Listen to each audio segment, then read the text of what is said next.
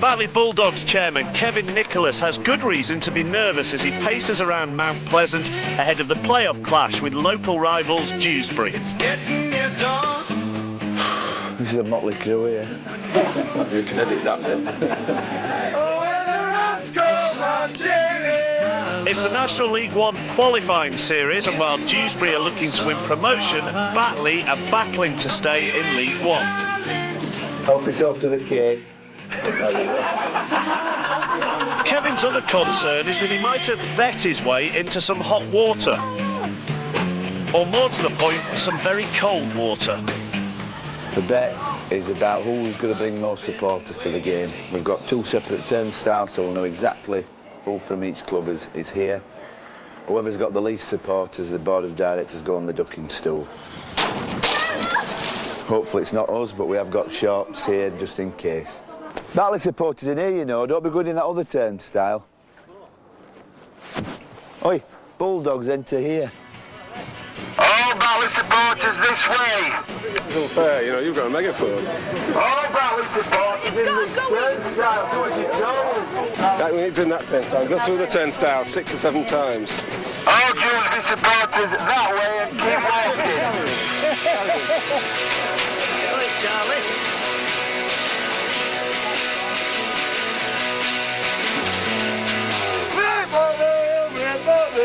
Even forgetting local rivalries and the ducking stool, the stakes are high enough. The winners will go straight through to the final at Widnes. The losers will have to try again next week. I've been involved with both clubs over the years. I came here on loan as a player many years ago from Halton, and then I was transferred to Dewsbury.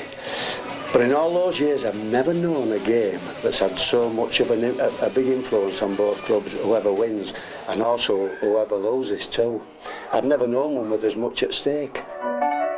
But for Dewsbury coach Andy Kelly, the importance of the game is surely well in perspective. This is Kelly's first game back at the helm after he was recently diagnosed with cancer and had surgery to remove one of his kidneys. The players have shown a great deal of concern. They were shocked when I first told them that, and I tried to be as open as I could so we didn't have anybody being mischievous with the truth. So the players were informed, and I've been informed right along. And they've contacted me, phone, text, or called to see me. And they now know that I'm on a process of monitoring, and yeah, they're happy. And it was a boost really for the preparation during the week. Don't fight any changes. If James comes to you and he says, come on, you're having a blow, don't fight it, alright?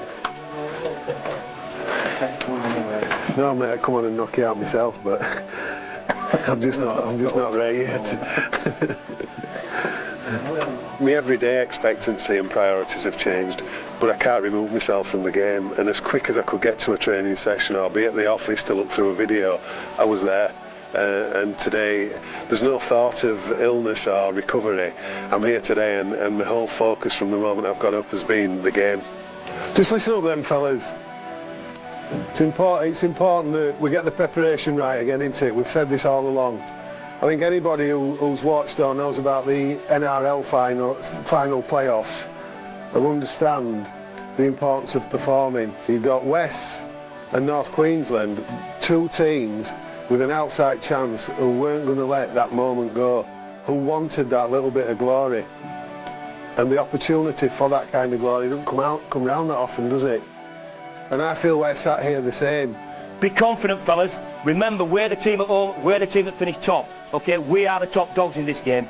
Make sure we take it out there on the field. Always prepared, the talking's over. Once you cross that whitewash, you've got to put it into action. I'm confident that we can come away with this game winning comfortably if we do the little things right, okay? Control your emotion, control the tension, don't let it become apprehension, relax and enjoy the moment.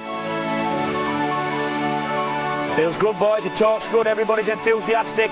Make sure we take it out from kick-off time. Don't wait to feel the water, don't wait for the game to come to you. Let's fucking work out to get out, all that easy tackles, but fucking make sure we must fucking chase hard.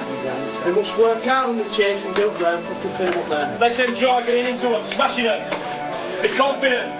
Go. Special. Just come in here, fellas. Come on, boys. Free kick for Mr. game nowadays, in these first 15 minutes, we'll come for a full 80. We dominate these first 15 minutes, so I want to know. Let's make these first 15 minutes big. Go, give him the fucking ball. 1, 2, 3. 1, 2, 3, 4, 5, 6, 7, 8, 9, 10. You're 17, I've got to get over the whitewash and play. You've got to deal with the individuals in front of you, and you've got to work together as a team. So when you get profit, you applaud it. When you get negative, you work out to get rid of it. You do that, fellas, you'll come out on top. All the best, guys.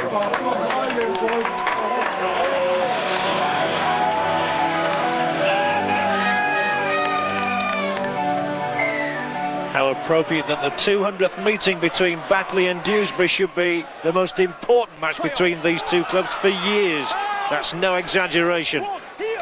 And it will be Batley going down the hill first of all. And it is a pronounced slope here at Mount Pleasant, which actually happens to be closer to Dewsbury town centre than Dewsbury's own Tetley Stadium. Got to hold, lads, come on!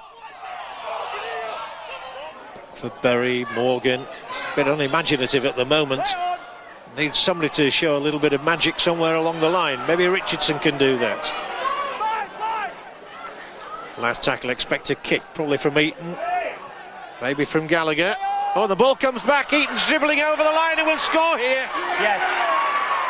Get in. Pull, pull, pull, pull!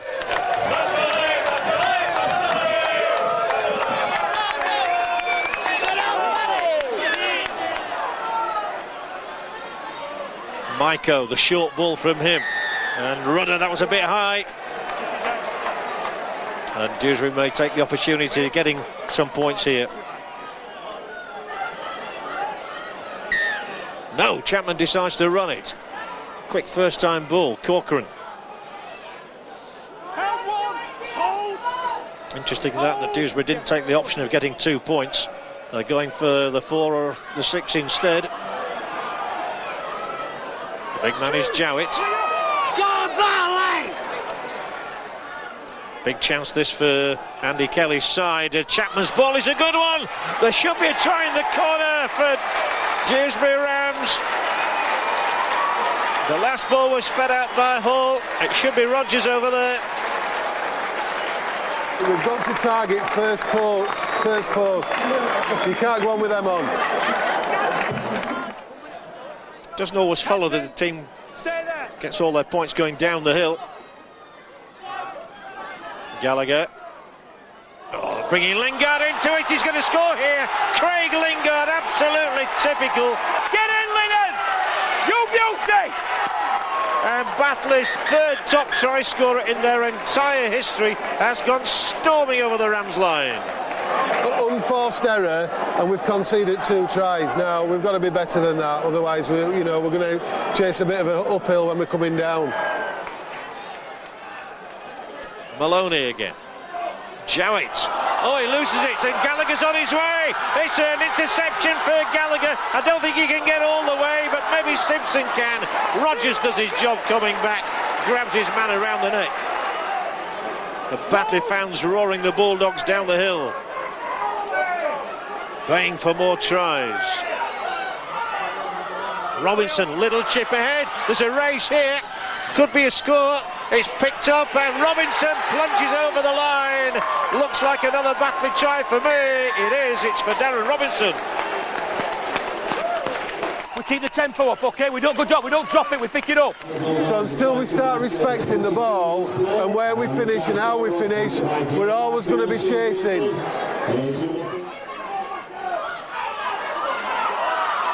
Oh, and he's just slipped it away beautifully for Lingard. The pass was an excellent one from Martin McLaughlin. One of 4 players signed from Oldham at the start of this season. It's just getting too easy. Let's go! They're in a position now where you've got to go a little bit of character. What we're doing is we're doing back-to-back error, back-to-back concede. Now they've got to dig in, they've got to come with a good defensive set, and they've got to come up with a showy attack set. Same side. Same side. Decent long kick. Simpson has to chase all the way back. Then set off in the opposite direction, and does it successfully. Very, very good from Mark Simpson. Still he goes. He's covered over half the length of the field. He's still going. Fantastic stuff from Simpson. Can he get all the way? Well, no, he might still. He's picked himself up. He goes again. It's going to be one of the greatest scores they've seen here at Batley, is it? No, he was held up literally on the line. That would have been a try. Yeah, give it. Don't you feel it's one now? Is he held up? Well, Batley were willing. Mark Simpson all the way there.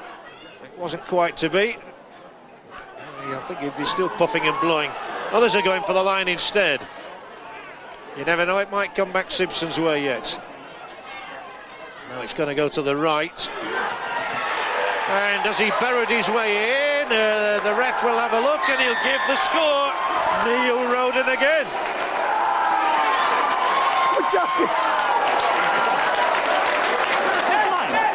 No.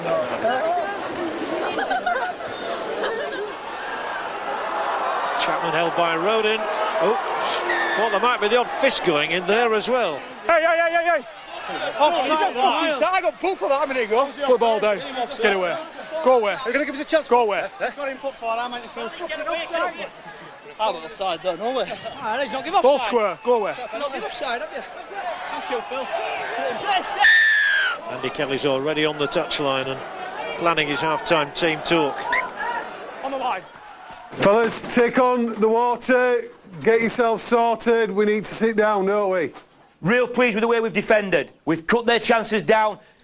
Very rarely got out of their own 20. Great kick and chase, just as we spoke, OK? Be switched on to this because they'll play the same game plan. Coming down the hill, they'll try and put some pressure on us. Make no mistake about it, they will have their 20 minutes or so where we're under pressure. That's when we have to dig deep, fellas. Now listen, heads up so you can see what's in front of you.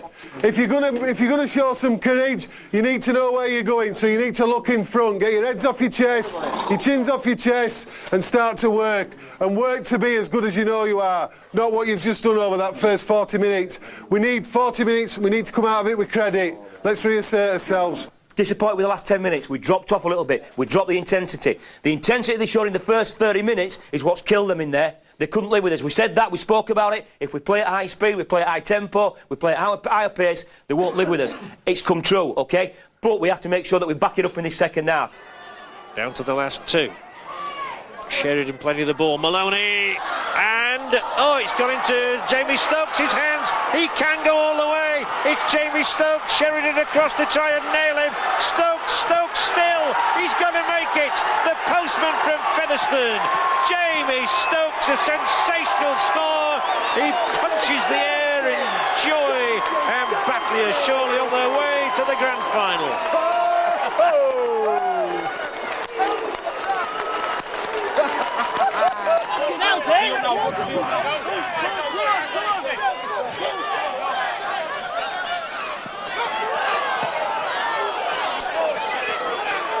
No way in either for Bretherton.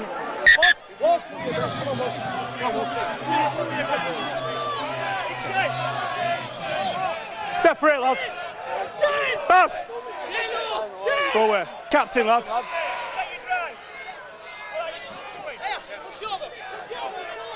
Pass, come on. Come on. Barry. Come here. OK, lads. Yeah, I'm jumping in there. Behind our back, lads. We're going to put it on report this incident, OK? OK. I can't fucking get over there. Wait there. Wait. Back. No good going for drop goals now. They need a try and badly.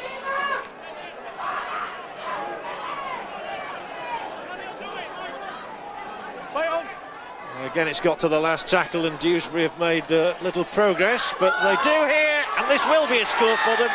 It's the left wing, Wayne McHugh, and for only the second time this afternoon, Dewsbury are on the try sheet.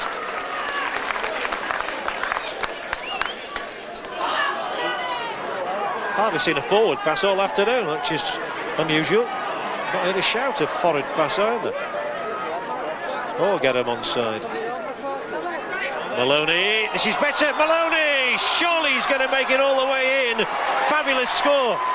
Francis Maloney breathes new life into Dewsbury's hopes. So easy, that's Barry Eaton. Up the tempo again. But yeah, listen, they've got to play. All we need to do is tighten up a little bit. Back to what we were doing in first half. There's no dramas. No. We knew that they were going to have a spell in the game, didn't we? This is it. We take it back off them. We take it back off them. Get him low. Low. 3. Here. Squeak it clean, Batley. Walk away. Walk away. All right, leave it. Leave it. Leave it. Walk away. Walk away. What are you doing? You walk away. Hey. All right. Walk away. What was that? Hey? It's just bubbled over 2 or 3 times. It's only a local scrap. Okay, we'll start in a minute. Wait there, please. Okay, so... Definitely number 3 from Batley. 3 from Batley's caused it. Yeah. Therefore, it's going to be a penalty to Dewsbury. Yeah. And probably both in the bin. Both in the bin. For the retaliation. I would say so, yeah.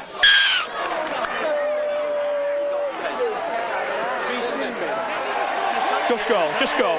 Just go. It's your penalty. First offence is a punch by your guy. No.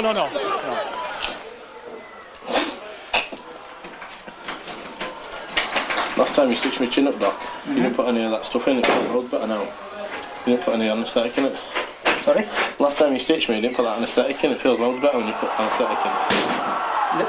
Well, the problem is if it's just one stitch in. No, you put about 5 in my chin. I did? Did not put an anaesthetic in? No, you did. I was playing for Dewsbury last year. Oh, maybe that. Is that why?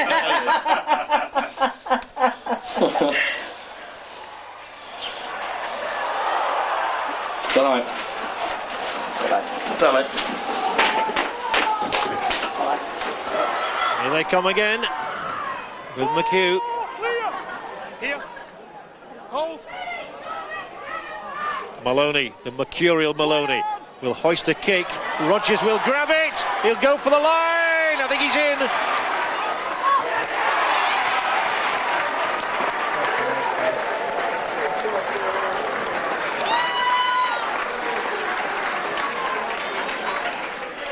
Tell them there's 18 more Dewsbury spectators than Batley, but there's a stewards inquiry.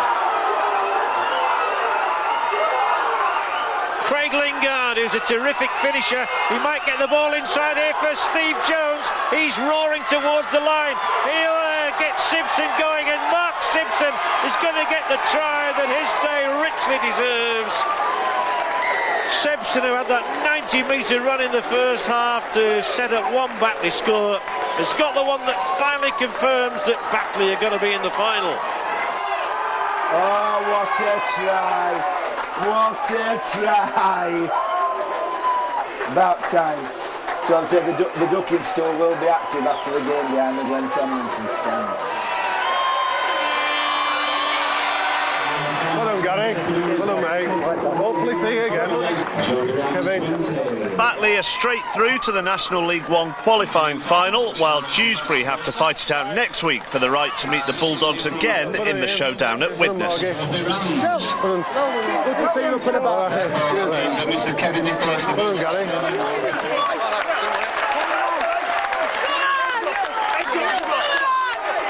You can dwell as long as you want on what you've done today, but you can't repair that bit. What you can do is look forward to next week. And we start to work straight away. We cut this shit and we get on with what we do best. All right, fellas, come on. Come on.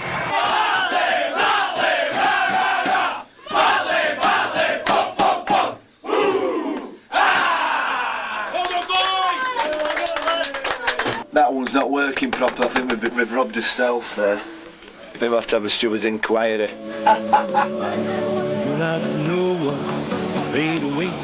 But there's no escaping it. Dewsbury won the fan count. I only know I must be brave. And it's time for Batley's chairman to face the music.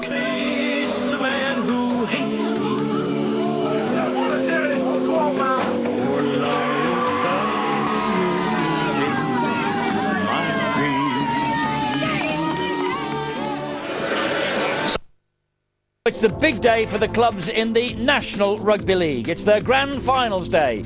A double header on the way, Batley against Dewsbury, followed by Whitehaven against Castleford for a place in the Super League.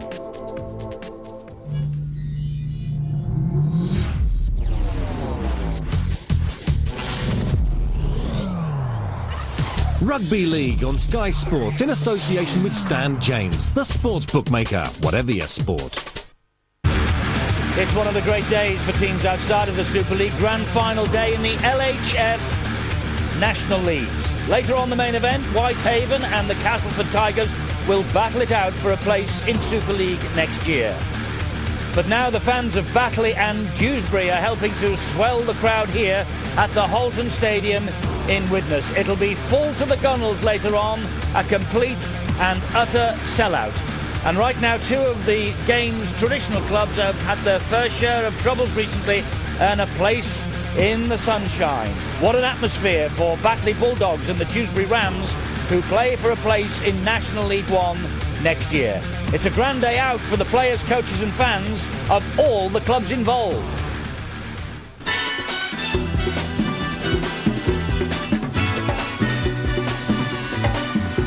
Just move on.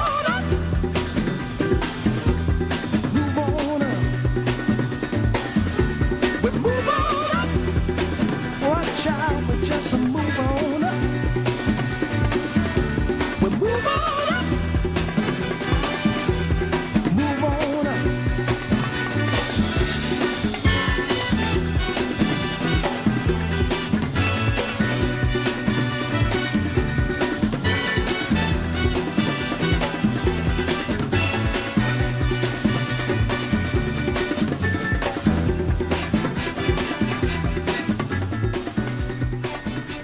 So, will it be National League One next year for Batley or Dewsbury? The Bulldogs and the Rams champing at the bit. Let's check out the two sides. First of all, Batley. They've got Craig Lingard at fullback. Then they go Jamie Stokes, Ian Marsh, Steve Jones and Mark Simpson. John Gallagher and Barry Eaton captains the side at scrum half. The forwards, it's Dane Morgan, Chris Lyth, Joe Berry, Sean Richardson, Tim Spears and Darren Robinson. And the substitutes for the Batley Bulldogs, Aidan Lister, David Rourke, Gary Schillerbeer and Martin McLaughlin. Now the Dewsbury Rams, Ian Priest at fullback. Then it's Darren Rogers, Chris Hall, Kevin Crowthers, who captains the team, Richard Tillotson, Francis Maloney and Dave Maiko. There's plenty of Super League experience in this lineup. Paul Hicks, Richard Chapman, Matt Walker, Warren Jowett, Jed Corcoran and Kurt Rudder. And on the bench, Ryan Sheridan, Wayne McHugh, James Walker, brother of the prop forward, and also it is John Lee Lockwood. And the coach is Andy Kelly. And out they come in a moment. The supporters are here. For the uninitiated, a Batley and Dewsbury confrontation invariably generates the intense passion that makes derby football so compelling. It mightn't be Saints against Wigan, Leeds Bradford or even Hull against Hull Kingston Rovers in terms of box office appeal, but a Batley-Dewsbury confrontation lacks nothing in fierce rivalry, pride and commitment. And out they come, the two captains leading their men onto the field. Batley in the gold and red on the right of your screens, and their supporters, and it's of course the Dewsbury Rams in the gold and red, Batley in the all white. There's the Dewsbury supporters. They're waiting for this great day for them. As I say, a place in the sunshine, a day in the sunshine for teams from the lower divisions. It's the fourth meeting of the year. Two early meetings in the Northern Rail Cup went with home advantage, Dewsbury winning one, Batley avenging that. And when they met a fortnight ago, Batley, after finishing 8th in the First Division, they won by 40 points to 20. Who's going to take the spoils here today? Let's go to commentary. Phil Clark is alongside former Dewsbury old boy, Steve-O, of course. And the lead commentator is Ben Pro. Ben Thaler about to get this National League 2 grand final underway then. As you said, Eddie, Super League heavyweights Leeds and Bradford may renew their hostilities at Old Trafford next weekend, but neighbours Batley and Dewsbury share another intense Yorkshire rivalry stretching back over 100 years and over 200 matches. With National League 1 status for next season up for grabs, this is their most important clash yet, and it's Rogers who claims the ball from the kick-off from Barry Eaton. Chapman in an acting half-back, and now it's Corcoran who takes a big hit there from Steve Jones, who moves away from the tackle. Mark Simpson and John Gallagher with him there. That's Maloney, tries to spread the play to the left-hand side where there's a break on here for Dewsbury. It's Kevin Crowthers who almost gets away. It's Ian Marsh who holds him over the halfway line. Strong run now coming in from Matt Walker. Dewsbury looking to find the hands of Maiko. He in turn gives it to Warren Jowett, and it's two in the tackle there for Batley. Comes away for Dave Maiko this time, and a kick on the last tackle. Well, that's dealt with very well indeed by Mark Simpson there, and well Phil Clark, Batley seeing off that Dewsbury attack confidently. Yes, Ben, but nevertheless a pretty positive start from Dewsbury. They moved the ball around, they got it from that short kick-off, and you tell their willingness to try and shift this Batley side around. Only the kicking aspect really was the poorest part to finish off that, and now Richardson for Batley gets them into Dewsbury's half for the first time. Real talisman Sean Richardson as Gary Thornton, the Batley coach, desperate to retain his side's place in National League 1. And this is Barry Eaton, their linchpin, the kicker. This time it's high and Rogers is in there. He claims it well there, Darren Rogers, under a lot of pressure there from Dane Morgan, and Super League experience of course abounds for Darren Rogers, and he used all of it there to take that kick from Barry Eaton. Ben, you can tell Batley's style of kick anyway is to contest everyone they possibly can. The kick-off to start the match, that midfield bomb then, not necessarily to gain territory, but they want a challenge for every kick when it goes up in the air. Sometimes it'll come up for them, and they're looking for those chances. Kurt Rudder there, about to play the ball. His brother Sean had a spell in Super League with Castleford, and this now Dane Morgan. 3 in the tackle this time for Batley Bulldogs, who, talking to Gary Thornton in the week, they wanted to start the match the stronger, but it's Dewsbury who have done that so far. But then committing an error, aren't they? I mean, there was confusion there of the tackle count. The referee himself wasn't sure whether it was a 4th or 5th. Very late he signalled that it was a 5th, and I think it caught the Dewsbury side out, running it, electing to run it on that left side, when I'm sure they would have more preferred the kick downfield. As it is, Batley now up over the halfway line, Berry looking to offload. There's big chance for the Bulldogs now from that mistake from Dewsbury Rams, and this is John Gallagher. Options back on the inside for him. One is Richardson, and Richardson is still looking to offload. He's going to take an awful lot to put down Sean Richardson. Got away with it there. This is Jamie Stokes now, and Stokes just pushes a couple away, and then another penalty. Obstruction running behind one of his teammates. Ben Thaler spotted that. Well, they would be happy, will Dewsbury. I saw them a fortnight ago away at the Batley ground, and there's the coach of Dewsbury, Andy Kelly, who will be a little bit concerned, but I suppose in many ways a little bit more happier, because Batley absolutely blitzed Dewsbury that day. They took control, and in fact in the first 15 minutes the game was well and truly over. Chapman now for the Rams. This is Kurt Rudder, and a strong run this time from Warren Jowett, but they've conceded the ball again. Dewsbury not respecting possession in these early stages. No, and a disappointing aspect, they're not completing that set. You need to start big games well. It's very difficult to come from behind in a major cup final like today. This then is Chris Lyde for Batley, and now John Gallagher almost gets away. They still haven't put him to ground, John Gallagher. Quick play of the ball, he wants to get on with things. And this is Chris Lyde once more, looking for Richardson. Hicks can't make the tackle, and Richardson is pushing 2 more away. Great offload as well. It's Dane Morgan, and Morgan's so close to that line. They're just a couple of metres short now. Batley, they wanted to start the stronger. Can they do so now? Joe Berry away for Craig Lingard, who makes the link. He's lost the ball though, Craig Lingard. The referee though allows play to continue, and they're going to be in at the corner here. It's Ian Marsh who's got the ball down, but the referee Ben Thaler immediately hands that one on to the video referee. Well, confusion here, weren't they? Batley shipped the ball wide to the right. In the end, March it was who goes over in the corner to score what he hopes is the first try But here it is, you see the confusion. Lingard trying to burst through the gap. The ball definitely comes out. It appears on that angle to go backwards. Robinson quick thinking. Basketball over the head pass to his centre teammate Ian Marsh. There it is, the ball. Well, I would say, Ben, that's play on from that view. It goes backward and then forward off Jowett off the floor.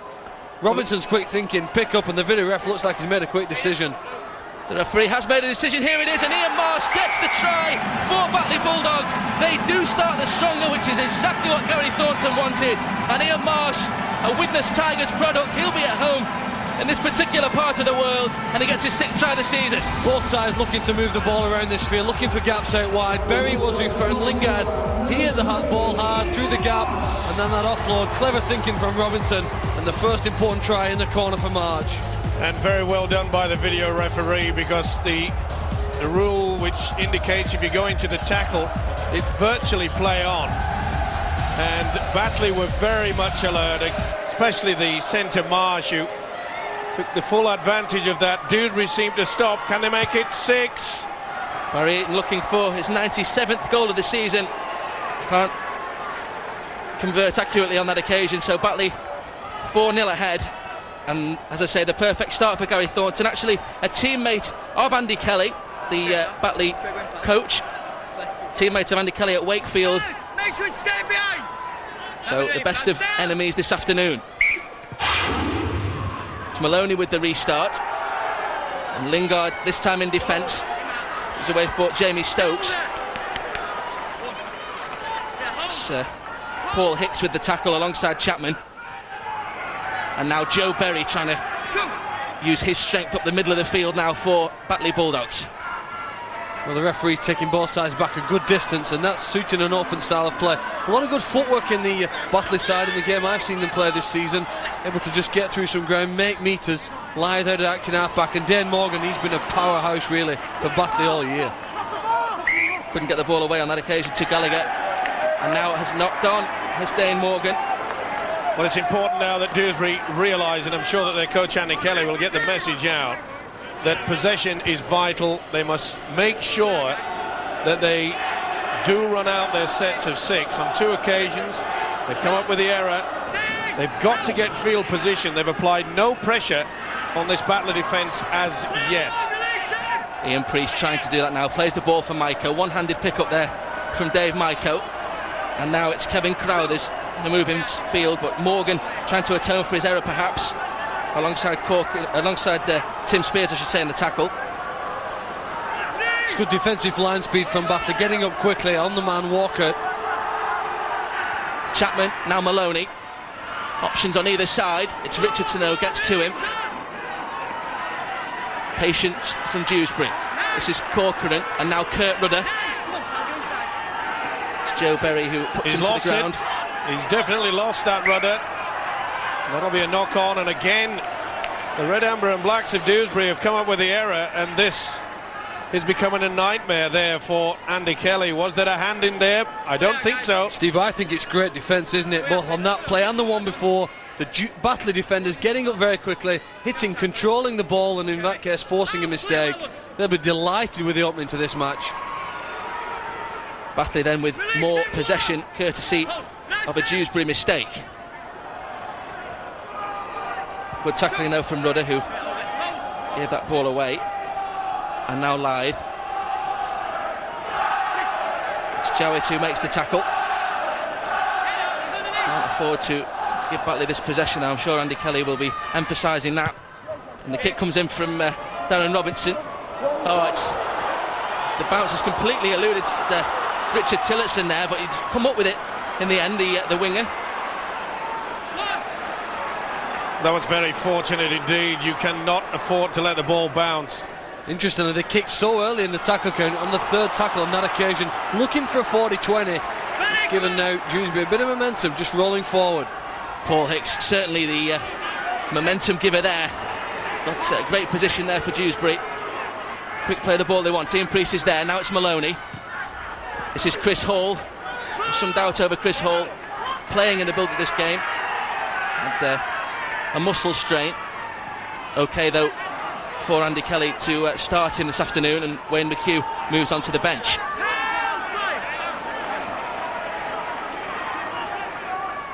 Dewsbury then to play the ball. It's Maloney who puts a kick in. Lingard is there, no pressure on the full-back, and Lingard, very, very experienced member of this Batley side. Well, the height of the kick meant that the Dewsbury players could never get there really to challenge with that one. Didn't have to move too far, Lingard, to take it. You really try and put your opponents under so much pressure when you put a kick in. The more often you can threaten them and make the fullback have to make a decision, the more likelihood of a chance of a mistake, and so both sides looking for those sort of kicks. Early shift again of the ball from Batley. Well, it was Robinson who found Ian Marsh, the try scorer, and Marsh plays it now away for Jamie Stokes. They've just stopped going forward in the last couple of minutes, haven't they? Shifting it before going forward, and that can be a mistake early in the game.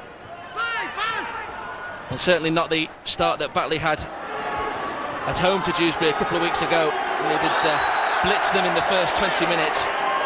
And it's Dewsbury now who can attack through their fullback Ian Priest. Pretty good play as well by the fullback there. He knew that Darren Rodgers under a lot of pressure. Okay, ball was bobbling around, but he made sure he could get behind him so that the winger could get the ball away. But they've got to have a little bit more composure now, Dewsbury. It looks as though they're trying to force the pass.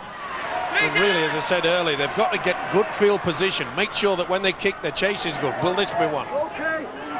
It's a kick from Maloney. Testing Mark Simpson there, and Simpson does well. Again, Ben, kicking on the third tackle. It's only halfway through the sixth that this game allows you to have.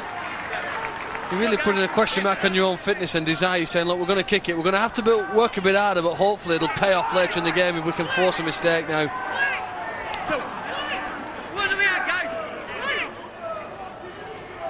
Batley then in the attack, and another penalty this time. Well, there is the mistake, and that's the benefit, I suppose, of kicking so early in the tackle count.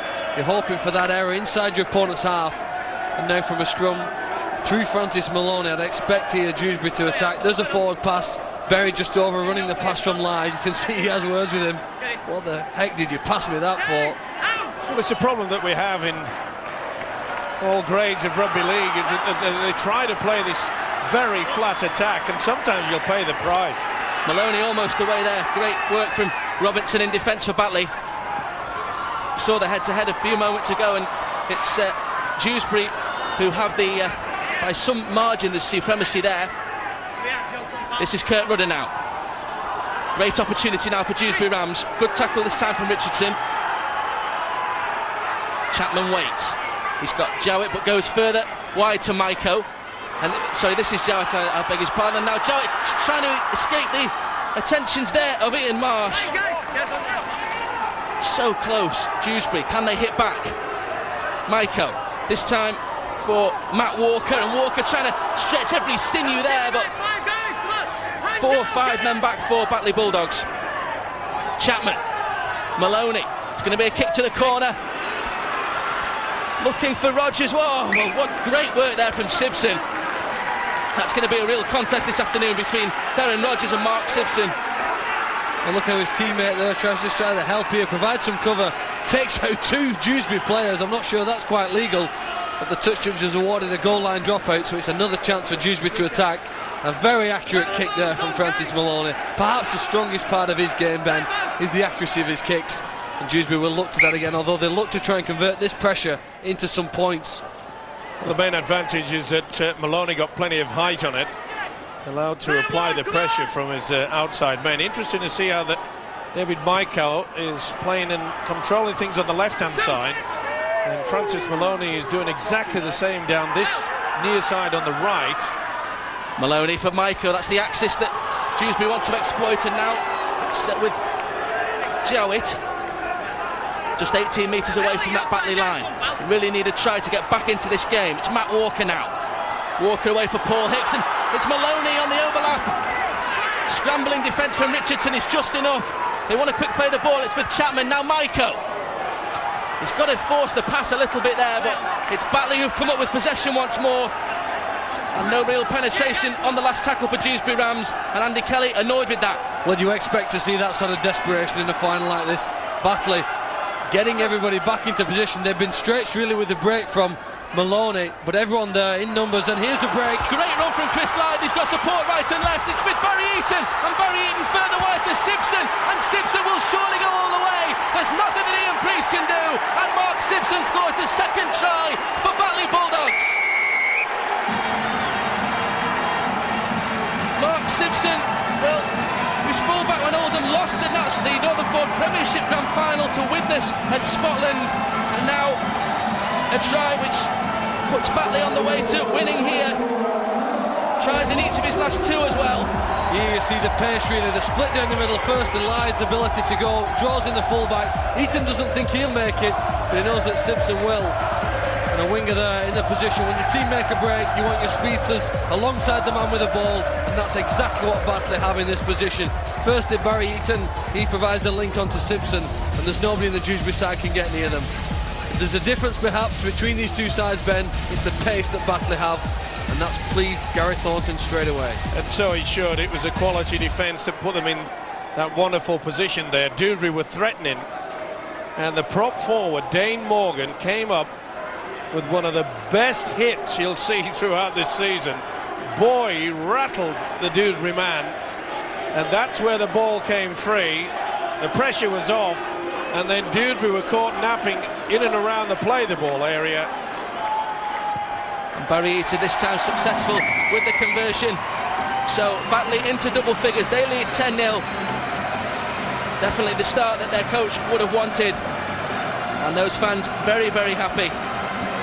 And whenever Chris Lyde sees a player on the floor, he knows that's a chance to attack. Only one marker, he took the chance, set off, Eaton alongside, and that split down the middle, well, you convert it into 6 points, and you've got a real chance.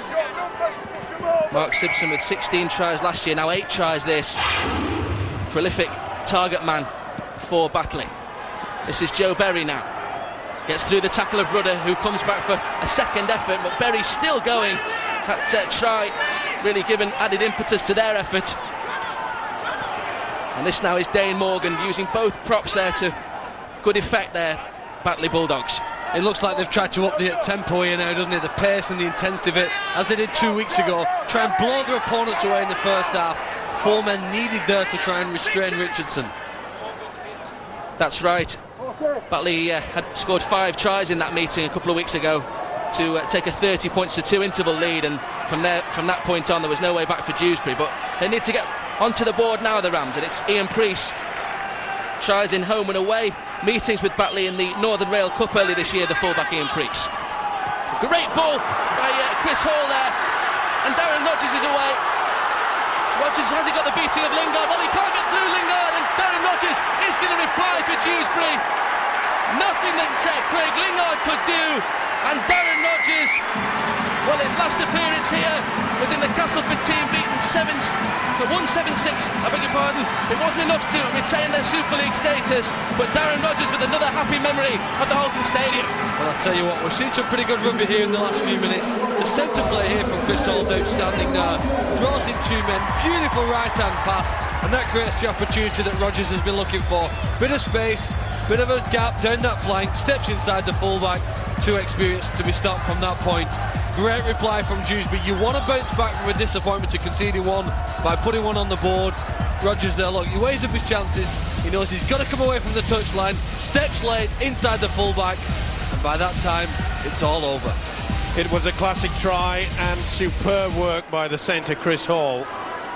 What an inside flip pass to the winger.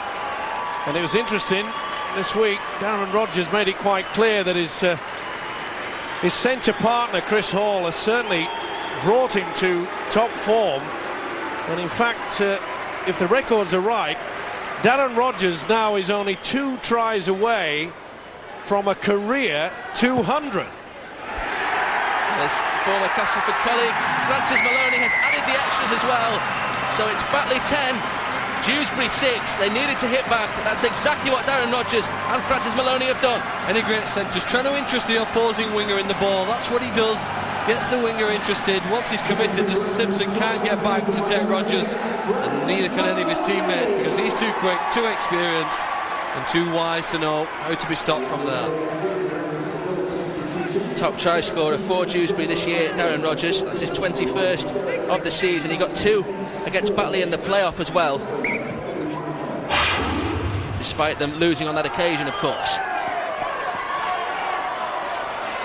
Dewsbury then to try and build on that try. It's with Corcoran and now Chapman.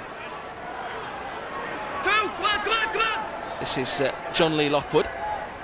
Another substitute this afternoon just come on, and now Kurt Rudder taken by another substitute, Martin McLaughlin, for Batley. Strong run this time from Matt Walker, not throwing the ball around too much, trying to consolidate, and this now is Jowett. Content, Ben, with just completing once they've scored a try. In the past they've made the mistake of scoring against Batley and then coming up with an error. The experienced kick there now through Ryan Sheridan, and this one should be contested. Well, it's Mark Simpson who content to let that hit his body, and then, well, he can't get out of his in-goal area. It's not the most convincing take from Mark Simpson at all, but great kick. Outstanding kick, Ben, there, halfway between the winger and the fullback. Neither of them sure who was going to go for it. Maloney follows up that kick, showed us Sheridan one or two teammates. They're going to win another goal line dropout. It's the sort of pressure now that they're applying. 20 minutes into the game, second goal line dropout. That's Barry Eaton with it, gets good distance on it as well, and Corcoran will pick up. That's Rogers there, but he's going to take this tackle himself. It comes in from Gallagher. Pretty interesting to see that the Dewsbury coach Andy Kelly threw out from the subs bench Ryan Sheridan. We all know the experience that he has, and Sheridan's made it quite clear that he feels is certainly more advantageous to the side when he does come off the bench, give that little bit of an impetus. Certainly got the experience.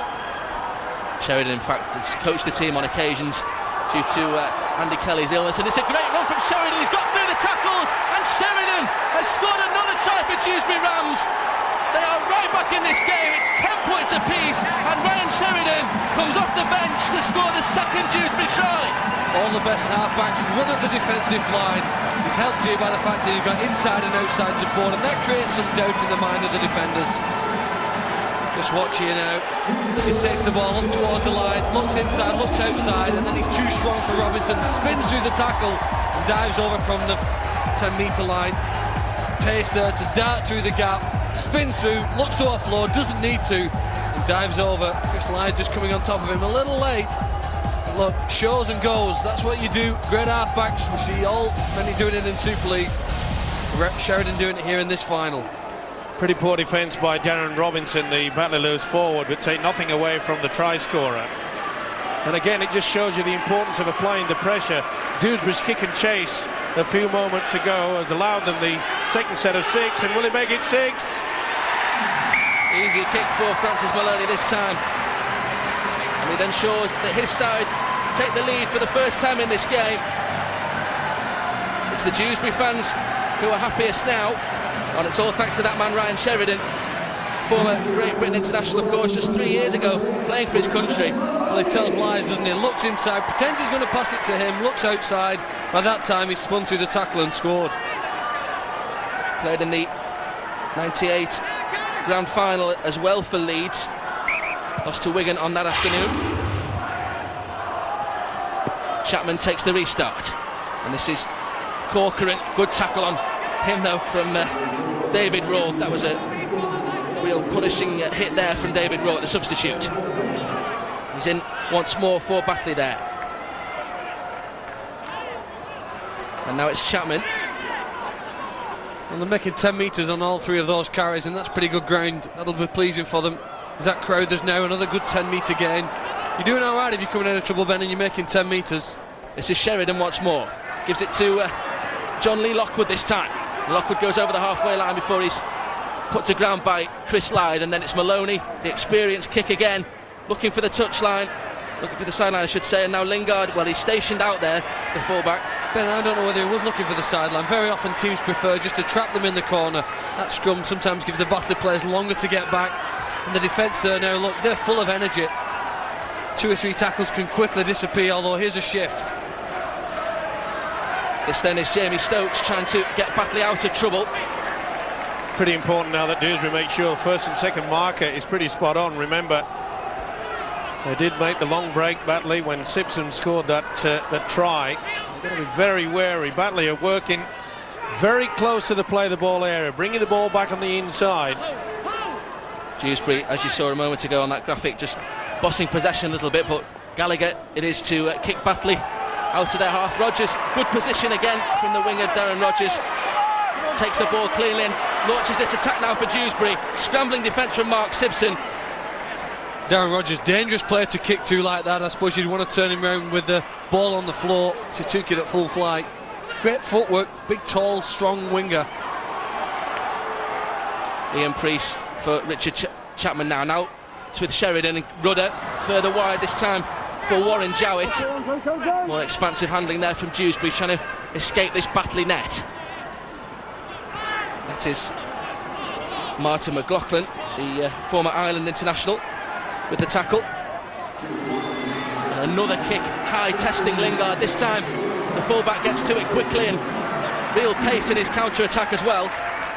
It's great to see a fullback return it with that sort of aggression and enthusiasm, just trying to burst through the line. He won't always get through. You want to see him, if he runs hard in the first one, very often it sets the tone for the guys who are going to follow on. Richardson being one of those. Richardson pulled to ground by 2. It's Corcoran and Chris Hall with the tackle. This is McLaughlin now, and good offload from McLaughlin, releases Chris Lythe, and Lythe gets away from a couple. Well, he had support inside from Jamie Stokes, but couldn't really see him. And now Eaton away this time for McLaughlin once more, and McLaughlin, great hands this time to Stokes. This is good attacking from Batley now.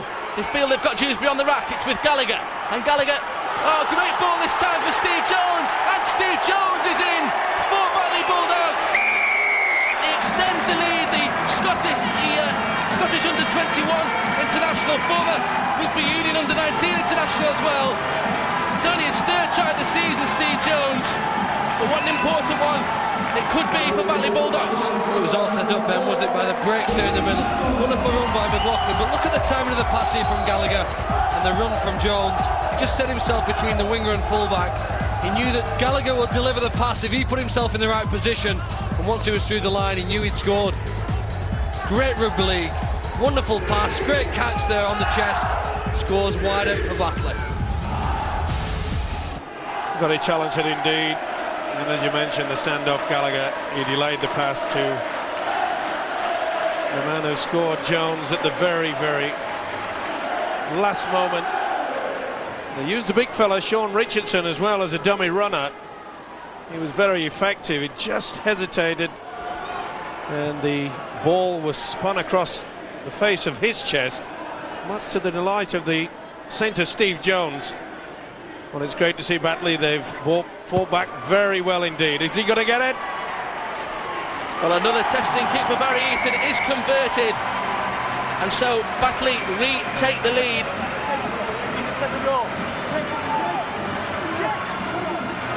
Steve Jones, the man who provided the try, we'll see the National League One Grand Final later. He's got tries this season against both the finalists. And Dewsbury were always short of numbers, Ben, with a breakdown in the middle of the field. The defenders didn't get back in position, and they're certainly in line. Martin McLaughlin, I suppose, played a big part in that try. We didn't see him in the repeat of the highlights of it, but I'll tell you what, his break and offload down the middle is what you call an impact sub, isn't he, off the bench? Well, Rourke certainly made an impact there. It's James Walker with the tackle for Dewsbury. Chris Lythe waits. Must say, Ben, very impressed with the standard from both teams. I really expected a slug-a-thon out in the forwards. There's some big boys out there, but full credit to both of them. They're keeping the ball alive with some superb rugby league football. This is brilliant handling from Dewsbury. It's Simpson, this time Jamie Stokes. Batley, I beg your pardon, on the attack. It's Gallagher, moves into acting half-back now, gives it to Barry Eaton. Eaton's got Lingard back on his inside, and the ball comes out somehow for Richardson. And now David Rourke straightens things up for the Bulldogs. Good tackle though from Corcoran, important tackle too, and that's the last one for Batley Bulldogs. Away for Richardson now, still gets the ball away. Gallagher is there. It's Chris Hall with the tackle, and I think as Chris Hall come up with the ball. Well, that's great work from Chris Hall one-on-one. It needed to be have the ball back. Definitely needed there, weren't they? Again, exposed on the right-hand side. Dewsbury worried again whether Batley would come through them again quickly in succession. They managed to just get back and get regrouped at the moment. Dewsbury just looking a little flat. 1 or 2 changes being made perhaps by the coach. With some fresh legs on there. There's one of the Dewsbury substitutes there for Andy Kelly. Can't get through the tackle of McLaughlin though, and then a second effort. Comes back for Sheridan once more. High kick, but already Lingard stationed 25 metres out from his own line, and Lingard likes to attack from these deep positions. Well, whatever standard of rugby league, the 30-minute mark usually is a significant factor. The fitter side, perhaps you've had more of the possession, tend to see the advantage of that in the last 10 minutes of the first half, and you'd have to say at the moment the Batley looking the stronger side because of the domination in possession, perhaps having the better field position as well. Can they turn that into points? Here's to McLaughlin. This is McLaughlin. It's Walker who missed the tackle a moment ago for Dewsbury. It's going to be Robinson. Oh, not the best pass there for Chris Slide. He was waiting for the referee to intervene there, Chris Slide, and got up off the deck. It's Chapman, his opposite number, who brings him to ground in the end. Robinson, Eaton. This is John Gallagher now. Oh, and it could be an intercept here. Oh, great work from Chris Hall. Has he got the pace to the line? It's Craig Lingard against Chris Hall, and I think Chris Hall is going to get in for Dewsbury. Oh, what a sensational try. He knew he had to get the intercept, Chris Hall. He had all the intellect there and still had the speed as well to see off the cover and get Dewsbury to the line. It's his 7th try of the season, and again it's Dewsbury who lead once more. Well, it's the gamblers in rugby league who go for these interceptions, because if it doesn't come off, you can get ridiculed by your coach and your teammates. He knew they were short of numbers, but he knew that Batley were going to attempt to run this on the last tackle, and that long ball out there, had he not taken it, his team were in trouble. He knew he had to be on the spot, and his skills had to be outstanding, which they were. The right-handed catch there, that brilliant handling skills to take it in here. Just had to press the accelerator when the pass went out, and then press the accelerator on the floor even harder when he knew that Lingard was behind him. But he also had confidence that he wouldn't catch him before he got to the line. Well, it shows you the intelligence of the centre. There's the conversion attempt. It is successful, and I must say that, remember the try that Gallagher delayed pass for Jones obviously was picked up very well indeed by Hall, who could understand that he throws a little dummy first, Gallagher, and he knew that he was going to send a wide ball, and he picked it up. That is intelligent rugby league play.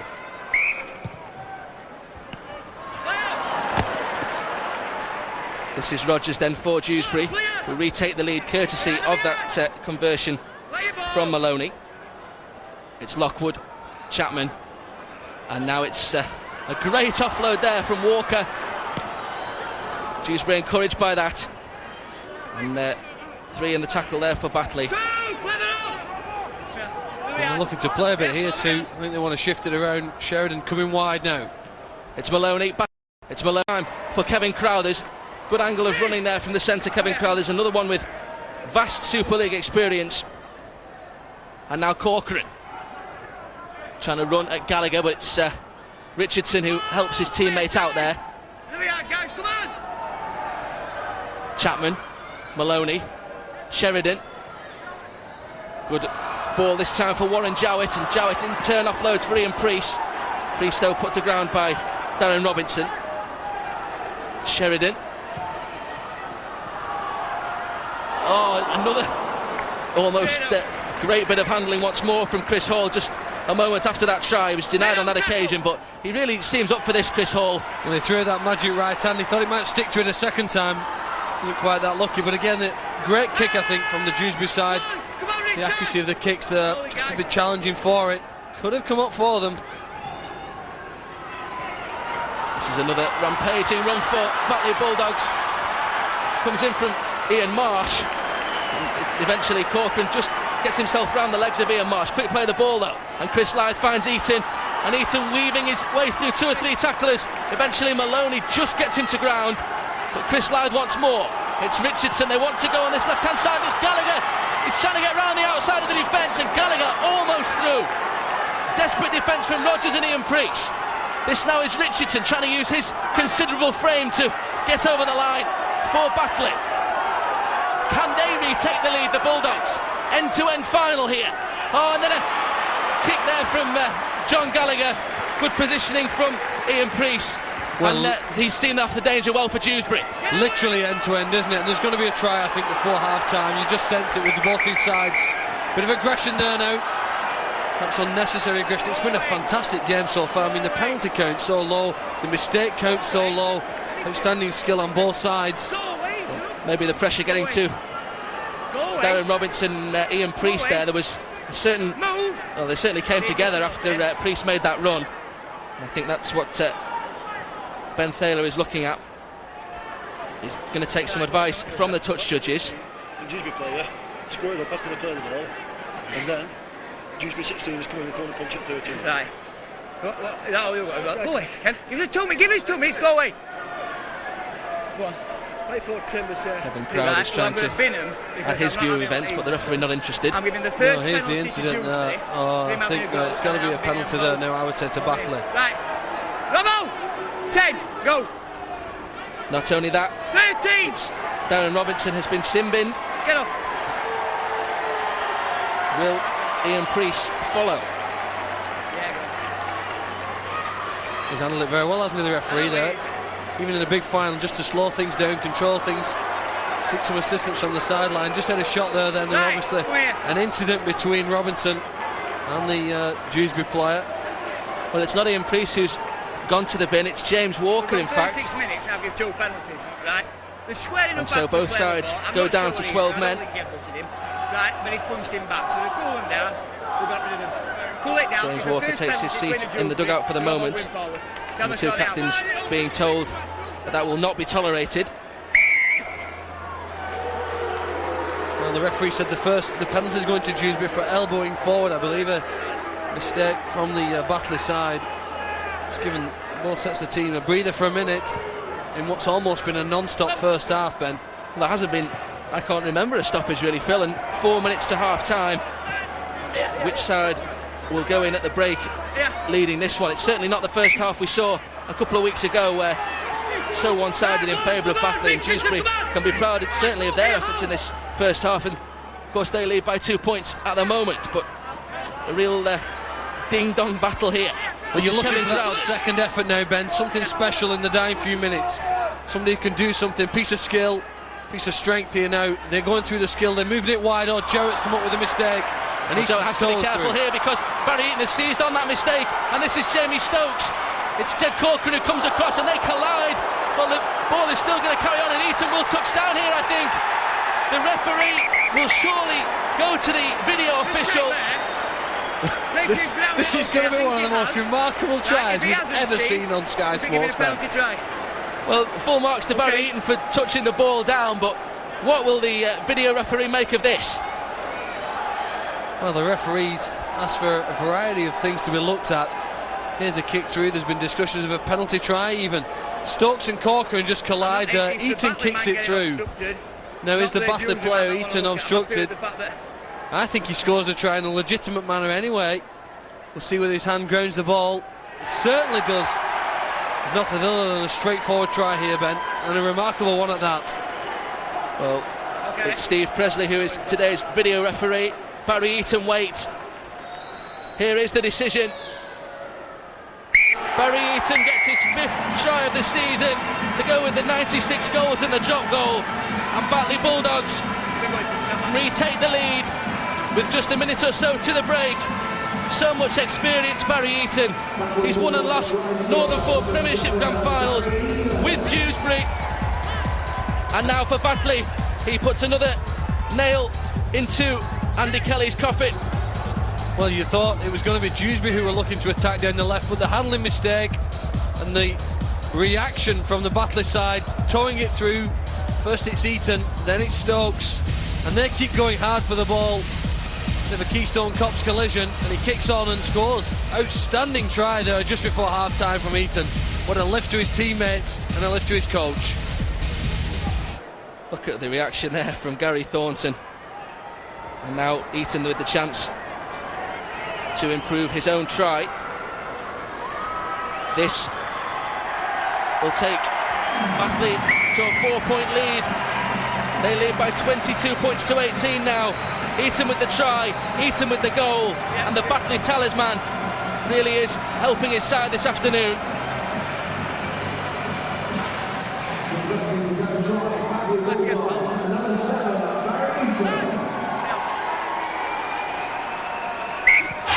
That's Barry Eaton's 100th goal of the season, which includes 1 drop goal. So prolific marksmanship shown once more from Barry Eaton, as well as the commitment scoring that try. And this is Corcoran now for Dewsbury. Well, a short kick-off. They've decided this half isn't over for their Rams. They've won possession back. And Maloney and his teammates want to do something before half-time. Here's Crowd, the switching sides. Originally playing on the left, now playing over on the right for Dewsbury. This is centre partner Chris Hall. Been in the action so much this afternoon already, Chris Hall, and gets his side to within 8 metres now of the Batley line. Can they hit back before the break? It's with Maloney. Now Sheridan, standing deep. Sheridan, good ball as well. It's Wayne McHugh who almost got through. And now Tillotson, Sheridan, Chapman, can he find the space? It's very congested in there. This is Jowett. Desperate tackle there coming in from Ian Marsh. And then the kick just about dealt with there by Jamie Stokes. Desperate defence really from Batley Bulldogs, and Andy Kelly denied the chance to hit back before the break now perhaps. Well, here's the third goal line dropout in the first half. Remarkable effort. I think with the time remaining, perhaps the only option is either a high kick here or possibly even a drop goal. The referee hasn't stopped the clock. Well, there isn't time for play to continue, and it's anything but the encounter of 2 weeks ago. Really, really close battle here, and at half-time, Batley just shading it by 22 points to 18. So there we go. What a fantastic first half these two clubs have produced for us here at the Halton Stadium. It went one way, then it went the other, and at the end of the first 40 minutes, it's Batley who are just clinging on to a 4-point advantage. Batley 22, Dewsbury 18.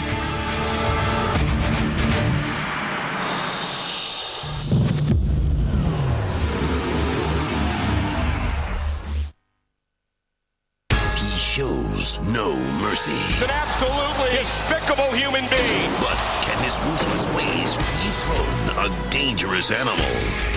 Batista, Eddie Guerrero, the World Heavyweight Championship. No Mercy, live tonight, 1 a.m. Sky Box Office. See Channel 770 or call 08705 800 888. That's 08705 800 888.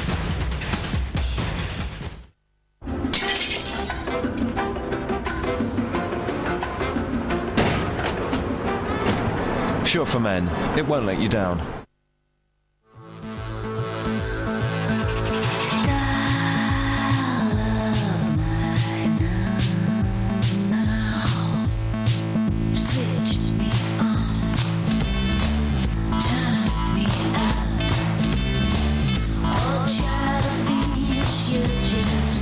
Call and text your T-Mobile mates more, so you won't miss a thing. One great rate on pay-as-you-go. Mates rates from T-Mobile. 4 friends have uncovered a treasure. What kind of money load are we talking about here? Tens of millions. And discovered more than they bargained for. You found my plane, didn't you? I want it back. Paul Walker, Jessica Alba, Into the Blue. Daddy, what's this? New Orbit tabs. Teeth so white you can't help but smile. Because we go through up to 30 pairs of glasses in a lifetime, buy 1 pair at Boots Opticians and get a second free. My name's Jack Carver. I'm on the sideline, crawling with mercenaries. They've done done something to me. It's changing me. I can feel it. I think I'm an animal. Maybe I am. Far Cry Instincts. Out now on Xbox. Come on.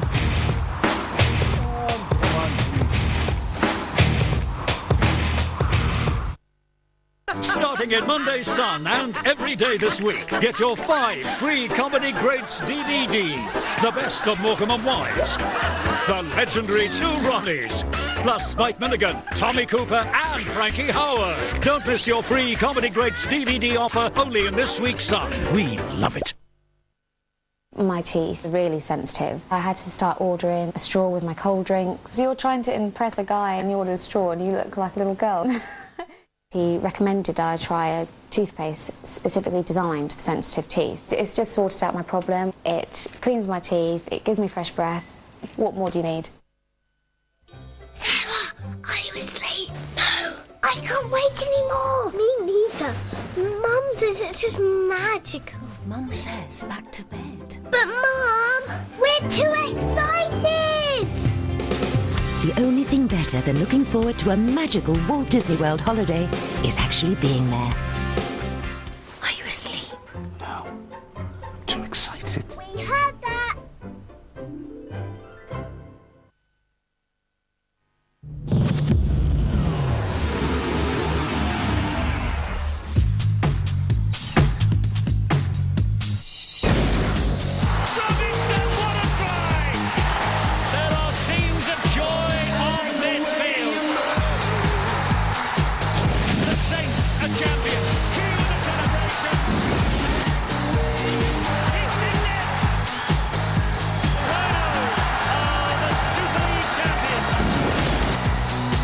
Well, it all started on February the 11th this year, and on Saturday night at 5:30 on Sky Sports 1, it will be Leeds and Bradford battling it out for the championship of Super League 10. The game kicks off at 6, and we will be there live on Sky Sports 1 from 5:30 for the grand final 2005. The National Leagues are having their big day out here at Widnes, and what a start we are given to our programme by Batley and Dewsbury. A great first half. Batley 22, Dewsbury 18, and the Rams from National League 2 will not go away. Great second half in prospect and a terrific first 40 minutes that we have seen. It's great to be here at Widnes for this big day for the National Leagues. They always come up with the goods for us, don't they? Terrific matches. And you may remember 12 months ago, Lee Centurions took on Whitehaven for their place in Super League. Lee made it, and the coach, Darren Abram, was there that day. He is here with us this afternoon as well. He's our special guest along with Steve O'Mee and all the gang. Darren, welcome. Welcome back. We haven't seen you for a while. Everything that's happened at Lee, well, we don't need to go over that right now, but we're looking back on Batley and Dewsbury, and what a first half we've seen. Yeah, it's both sides have put a tremendous performance on, and it's great for the National 1 and National 2 games of rugby league, and it just shows the quality of players that's there now, that's dropping out of Super League and playing in them lower levels and putting something back into the game. And as the advert for the game is superb. Very much so. There must be about a dozen players who have got Super League experience out there on the field today, and Dewsbury, well, they've invested heavily, haven't they? Because we make it 8 or 9 who have had that experience in Super League. Yeah, obviously they had a big community push this year, spreading it around, and that's funded the players coming down from the Super League. And as you say, there's 8 or 9 there, so the experience should take them well into these big games. And on Batley, you know, they've been here before. They've had a tremendous fight in Division 1 with the challenges from other clubs in there, so it's making out for a good second half. Well, Dewsbury were a glory team way back in the 70s, in the days of black and white television, and their captain was a certain Mike Stevenson. And, well, I'm amazed that you're not in the colours of the club today, because your heart must be with the Rams here. Well, you haven't checked my underpants, Eddie, so I cannot disclose that. But this has surprised me, because normally Batley versus Dewsbury, they get into each other's face. They really give it to each other. But we've been served up 40 minutes of absolutely champagne rugby league football. Tremendous stuff. They've kept the ball alive. Normally they'd go at each other in the forwards, but they've just get it from side to side. It came about with a stripped first ball, and it was very, very fortunate that he get away with it. There it is. That's the rule, where you're involved in the tackle, and Marsh in at the corner. And they looked a little bit slow, very slow indeed, Dewsbury. But there's the hit. Look at Morgan on Michael there. That's where the ball comes forward, and Dewsbury just lost their momentum, a little bit slow. Good run from the hooker here. That was great stuff by Lythe, and off we went through. Eaton knew he didn't have the legs, but I tell you what, Simpson did. And it looked all over, didn't it? They were a very, very dispirited side. And then Hall, who has been outstanding so far. What about the pass? Wonderful pass to Rogers. And here's the experience for you. Back on the inside. He may not have the speed that perhaps he had when he was at Castleford, but he certainly had the guile. And they were back in it. And certainly when they threw Sheridan off the subs bench. Poor defence there by Robinson allowed them in, and they were taking control, but not to be outdone. As I say, keeping the ball alive, absolutely superb. Jones in out wide, and we were set up for another treat. And then the intercept. I mentioned during the commentary that John Gallagher, he likes to just dummy before he throws the long pass, and give all the credit in the world to this young Hall. He read it well, 75 metres, and it looked as though the Red, Amber and Blacks would be going there. And then the mistake and the experience of Heaton. It wobbled her out. The video referee certainly got it, and that was poor play. They really should have gone for it. They should have gone for the football. Warren Jowett went for the man, and they've come up with the points that take them into the lead just before half-time. And I must say, if we're going to be treated with another 40 minutes of this, don't move, don't make a cup of tea, don't do anything, because this is champagne stuff. It's just as good as anything that we've seen in Super League. Yes, terrific first half, as we say. Now, Batley have to win this match to stay in the First Division. Dewsbury, who finished near the top of the Second Division, have to win it to get in to the First Division next year. So it's promotion for Dewsbury, it's survival for Batley. Who is the more desperate then, Darren, do you think? I think Batley are the most desperate. Obviously, they've played with the intensity and in the high division. If Dewsbury overcome them, it's, you know, I think Dewsbury come into this as the underdog, especially what happened in the semi-final 2 weeks previously when Batley run away with it. Batley have got to settle down now and go off Chris Lythe, who's having a tremendous game. I've watched him for about 2 years now, coaching in the lower leagues, and he's a tremendous player. But Dewsbury, like you say, they've got that wealth of experience and Super League experience, and then players have got to stand up and really count for Andy Kelly now.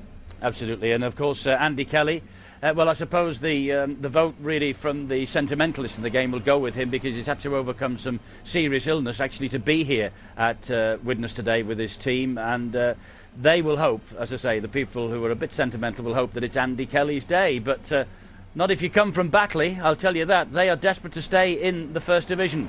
Later on, it is Whitehaven against Castleford for a place in the Super League next year, but as far as the Batley and Dewsbury contingent are concerned, all that matters is getting into or staying in National League One next year. Batley 22, Dewsbury 18 at half-time.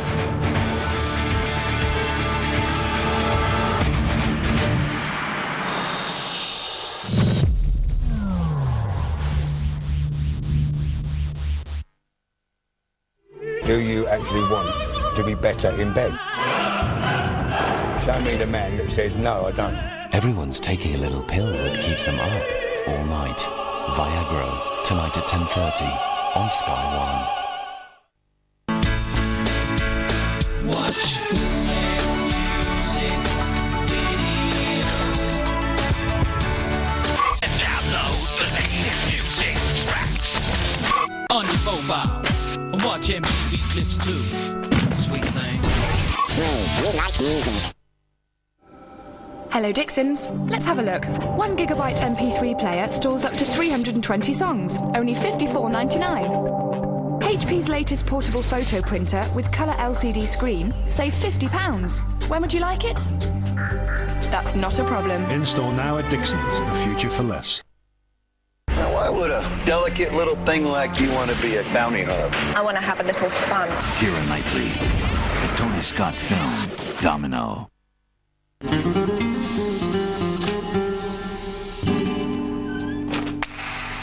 Hi.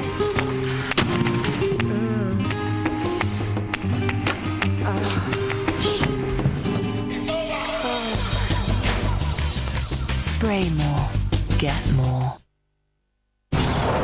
Rise a knight! Give me all. The wait is over. From the director of Gladiator, Ridley Scott, Kingdom of Heaven on DVD now.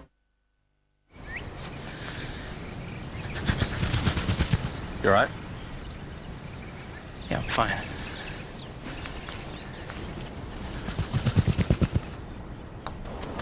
No. Tiger Woods, PGA Tour 2006. You're still away.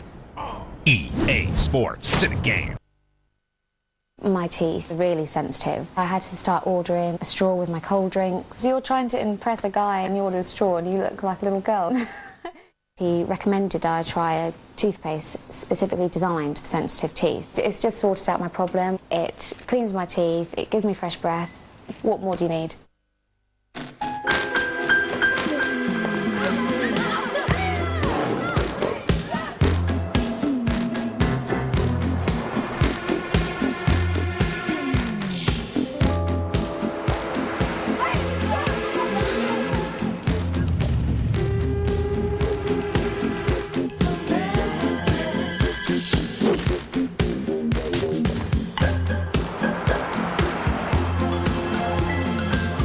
Vectra, a new Signum. Take control.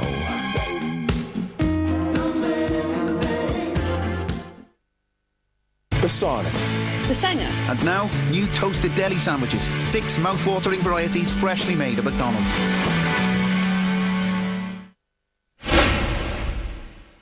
Hellboy. Let me go in and say hi. There are things that go bump in the night, and we are the ones who bump back. Hellboy, Saturday at 8 and 9 on Sky Movies.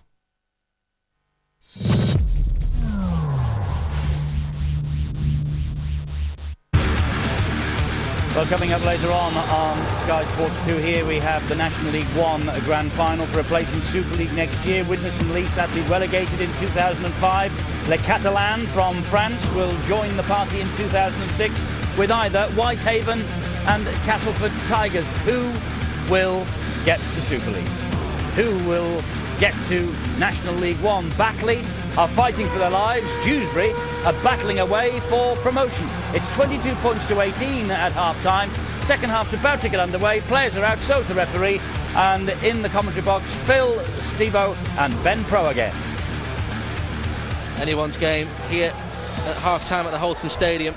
Worth mentioning that Dewsbury Rams already won a qualifying playoff here at the Halton Stadium against Workington to secure National League 1 football. So they've been in this position before.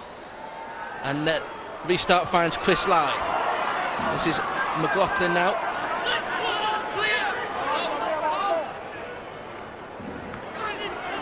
Good tackle though. Comes in from Dewsbury Rams in the shape of Crowthers. They'll want to keep Batley at this side of the field. It's with David Rourke now, and Rourke tries to look for the offload, but it's John Lee Lockwood who wraps himself around the legs there of David Rourke. This is Richardson, just pushes one away. It's Maloney who felt the force of Sean Richardson there. Now Lythe away from McLaughlin once more. Straight charges straight at Kurt Rudder, who's one of the smaller members of this Dewsbury side, Kurt Rudder. And now with Eaton on the last tackle, kicks behind Darren Rogers, who strolls back to get this.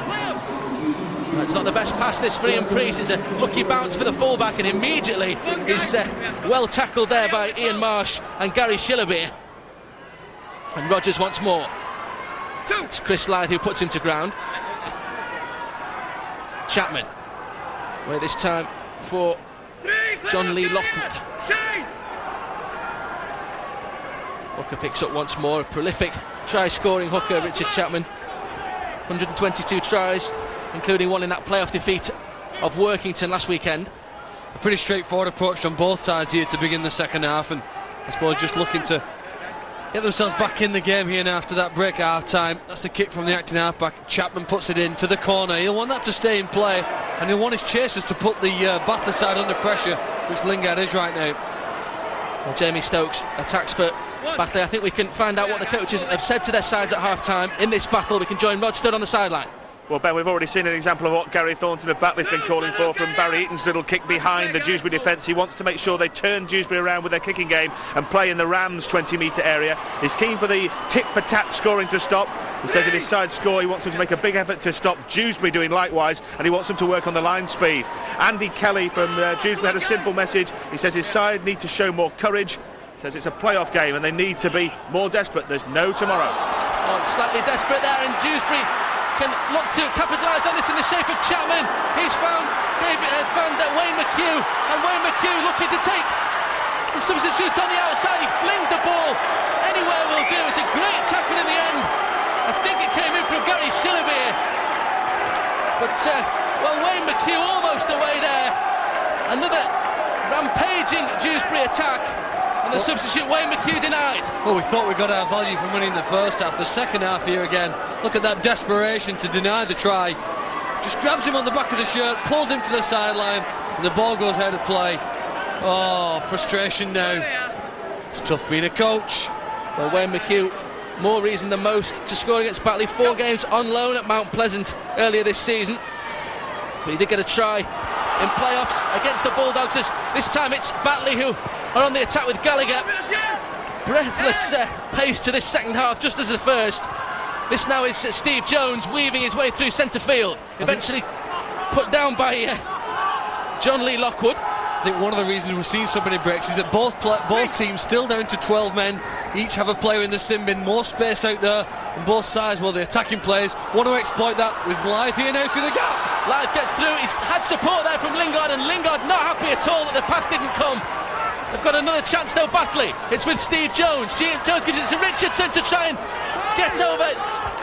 Can't be more than 5 metres away from the Dewsbury line. This is Steve Jones once more.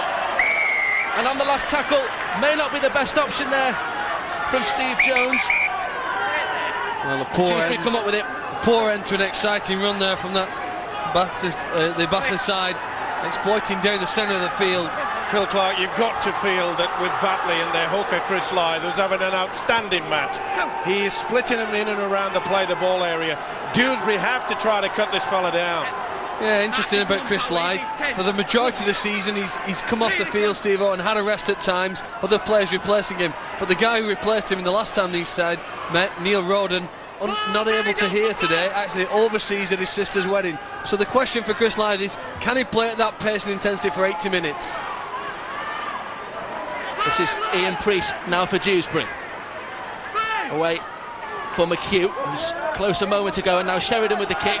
Lingard has to move to collect that. Got Jamie Stokes inside of him, but Lingard takes on the defence himself. It's Ryan Sheridan who effects the tackle. This now is Jamie Stokes, the winger for Batley Bulldogs. Collision there with Chris Hall. Now Lythe. And David Rourke. More conventional forwards run there from David Rourke. John Gallagher looking for a dummy. It was Richardson who was on his inside. Lythe once more from the dummy half position. Richardson. It's Chris Hall who can't put him to ground, and eventually it's his colleague Francis Maloney who effects the tackle. But well, there's a headbutt in there, and the official on the far side certainly would have had a good view of that. Well, a massive kick from Eaton, testing Tillotson, and Tillotson eventually picks it up. Can he get out to the in-goal area? He's done really well there, Richard Tillotson.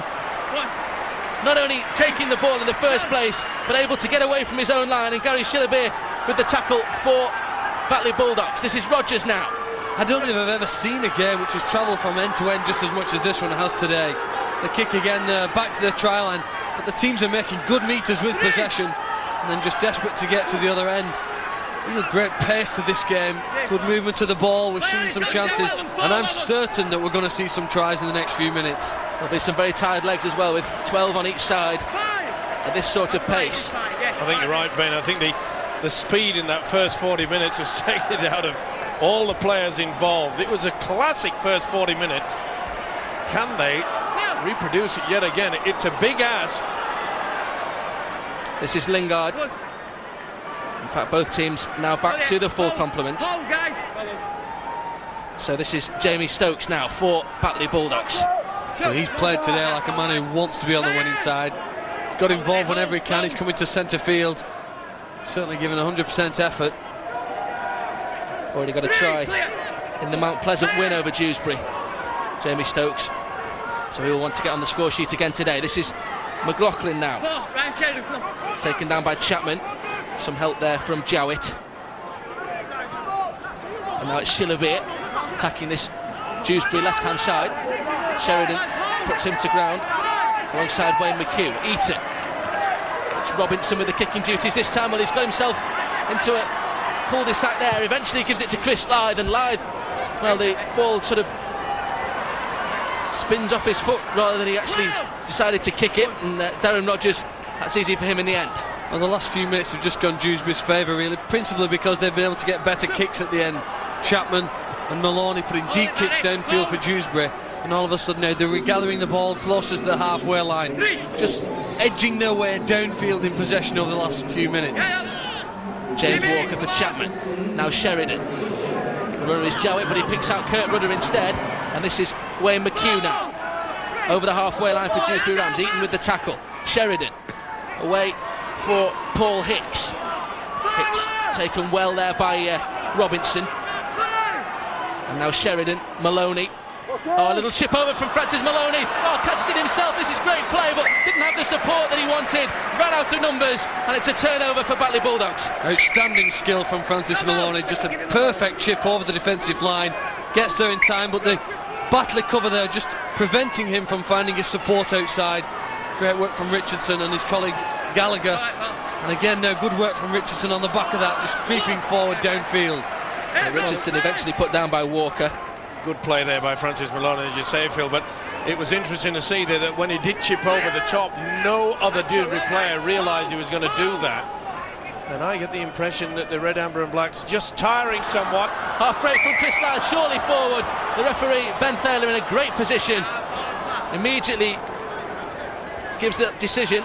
Well, you need a degree of patience to play this game well, and Lythe didn't demonstrate that on that time there. He knew the ball was through, but he also knew that there was no way his teammate was onside. In fact, almost a chance of a penalty for passing the ball forward deliberately. Good hit though, wasn't it, by the prop forward Paul Hicks? It had to be. Great tackle. Won't have pleased his coach there, Gary Thornton. This is Francis Maloney, and now Chris Hall. Maloney waits. It's got James Walker this time. Not surprisingly, the pace has slowed down somewhat. I think they're just trying to find their legs again after the break. Well, it's Crowthers who plays it. This is Sheridan now, and now Kurt Rudder. Is it to Warren Jowett? Good tackle there coming in from Gary Shillabeer. Eaton appreciated that. This is Chapman. Oh, and then the ball goes to ground from Chapman, who's looking to pass inside. And, well, the ball, he couldn't control it in the end, and Batley come up with possession. This is Dane Morgan. Well, good defence by Shillabeer. There's a high shot catch from Maloney and Richardson. Maybe it's something to do with what happened just a minute or two before. That's going to prove costly, though. Lack of concentration. It's no good getting your own back. There's the incident where the hooker tried to pass on the inside. And Andy Kelly, the Dewsbury coach, will be bitterly disappointed, because when you get into a good position like that, you've got to make sure you've got to get the kick into the in-goal area, try to get that consecutive set of six. Just work away at them. From the 1998 LFP Grand Final with Wakefield, Andy Kelly. His brother Neil, of course, a coach here. Good tackle there coming in from Chris Hall and Kurt Rudder. Richardson plays the ball. It's Lythe back on the inside. This is David Rourke now. Oh, good offload from Rourke, finds Morgan. Morgan wants more to offload, and Rourke has a second effort. It's Hicks that gets to him in the end. Chris Lythe, Gallagher. Short ball this time for Richardson. Good play from Batley once more. It's Warren Jowett with the tackle, but more menace about Gary Thornton's side now. It's with Barry Eaton. Dane Morgan. Oh, spins away from the tackle, Dave Morgan. He's got Chris Lythe with him, and Lythe can't take the ball in. It's Wayne McHugh who drops on it gleefully in the end as another Batley attack ends fruitlessly. Well, there's going to be chances, aren't there, in the game? It's the side that will take the chances, convert them into points that lift the prize at the end of this match. Again, Morgan bursting through the tackle, spinning, looking for that one-handed offload. I think Lythe was already covered. Tillotson plays the ball for Chapman. This now is Paul Hicks. Strong run there from Hicks. Again, we saw panic from one of the sides. On this occasion, it was Batley. Really, the big prop forward, Morgan, should have gone to ground with that. Trying to be fancy. You don't need that when you've got a 4-point lead. You just keep control of this game. This is Sheridan. He knows that more than most. Great ball for Crowthers. They've got men on the inside here. One of them is Maloney. And Maloney, has he got the strength? He throws the ball out. It's gone to Crowthers. And Crowthers touches down. Well, that try is given by Ben Thaler. It looks suspiciously forward. But it's another try for Dewsbury Rams. And it's Kevin Crowthers. Well, he scored a try as Bradford clinched the 97 Super League crown with an Odsal defeat of Paris, so he knows all about the higher reaches of the game, and that's a great try from the experienced Kevin Crowthers. Well, again, Dewsbury there now. We knew the game was going. There's a chance. Sheridan just running at the defence, commits a player, and then when he's through the gap, Crowthers, what he does remarkably well here is after offloading, he puts that second effort on again to go, waits for the pass back inside, and that is fantastic rugby league support play. And nothing wrong with that, Phil. You can see that the ball was directed right over the back of the head of Maloney. Sheridan, combination there, back on the inside. Good positioning. But as you say, he never gave up the chase, made sure he was in the position. The referee, spot on. That's a 4-pointer, soon to be turned to 6, surely with the experienced kicking of Maloney. Important kick for Francis Maloney to give Dewsbury the lead once more. No problem with that at all from Francis Maloney. It was he that created the try for Kevin Crowthers. And Dewsbury hit the front once more. Well, I must say, you look at taking your chances, Phil, and your mind goes back to the fact Batley were pressing along the Dewsbury line. Dane Morgan, great sidestepping run, tried to offload, making the error when they're in the front. You don't have to force the pass. No, and I guess it's their mindset now, isn't it? With the amount of time left in this game, they're going to get many chances. They just need that patience to wait for the right ones before they've got a chance to get back in lead. Strong run from Dewsbury. It was Warren Jowett, and this now Matt Walker, the younger of the two Walker brothers on show today. This is Paul Hicks now. Good tackle from Lythe, who getting through a ton of work alongside Dane Morgan there. And this is Kurt Rudder now. It's Robinson that gets to him. Dane Morgan once more in attendance. Maiko. Now Jowett. Oh, just batters Barry Eaton out of the way, and Eaton comes back for a second effort once he picked himself up off the floor. This is Maiko. Now Sheridan. Maloney lurking deep once more. Oh, fainted to kick. Richardson brought that all ends up, and Maloney, though, ends up on the deck without a kick being completed, and so Batley now have a good possession just 10 metres away from the halfway line. Well, both sides have been adventurous on that last tackle at times, electing to run it, and it hasn't really come off. But I guess the message that's probably gone on to the Batley players is to put more pressure on the Dewsbury kickers when we get to that last tackle. Guys like Sheridan and Maloney, great kickers of the ball, and it was putting Batley under so much pressure. They'd be delighted there now just to trap Maloney, and possession inside the opponent's half, it's a valuable commodity now in a playoff game. Well, the Messi played the ball involving Wayne McHugh there. This is David Rourke now trying to get Batley in another great attacking position. Kurt Rudder with the tackle. And he's hurt there, David Rourke. Referee calls time off immediately. Bit of a collision on the left knee. Let's with that condition, that's okay. Went down awkwardly. But with the impact of the ground as you were twisting the leg as well, there you see it goes underneath. Watch this, bang. See, that does nothing but injure your cartilage or your ligaments. Let's hope it's okay. Concern on the face of Coach Gary Thornton. He's done a fine job under a lot of pressure. Had a few problems at Batley with injuries, etc. And they'll be fighting for their life. That's a sad sight. Come here, David, come here, go, fourth tackle. Play resumes then with Eaton. Now John Gallagher back on the inside. Great run there from Craig Lingard. Referee will pull the play back. It's so there's no advantage for Darren Rogers. Well, he'd already blown his whistle, hadn't he? Again, at the end of the game, I just wonder whether Batley are making too many mistakes when in possession. Some skillful players. He likes the inside pass, Gallagher to Lingard. They've scored off it previously this season, that play. Dewsbury, I suppose, after a breaking play, everybody fresh in the line and aware of what was coming at them. Joe Berry back into the field of play as Rourke receives treatment. Maiko waits. Away for Hicks. That's 3, Benny, come on! Been a great battle between the two eights, hasn't it? Morgan and Hicks have really got into each other, especially in the second half. Maloney gives it more space this time to Kurt Rudder. It's Richardson who's there, alongside Chris Lyde. It's Gallagher who completes the tackle. This is Maloney. Away for Sheridan.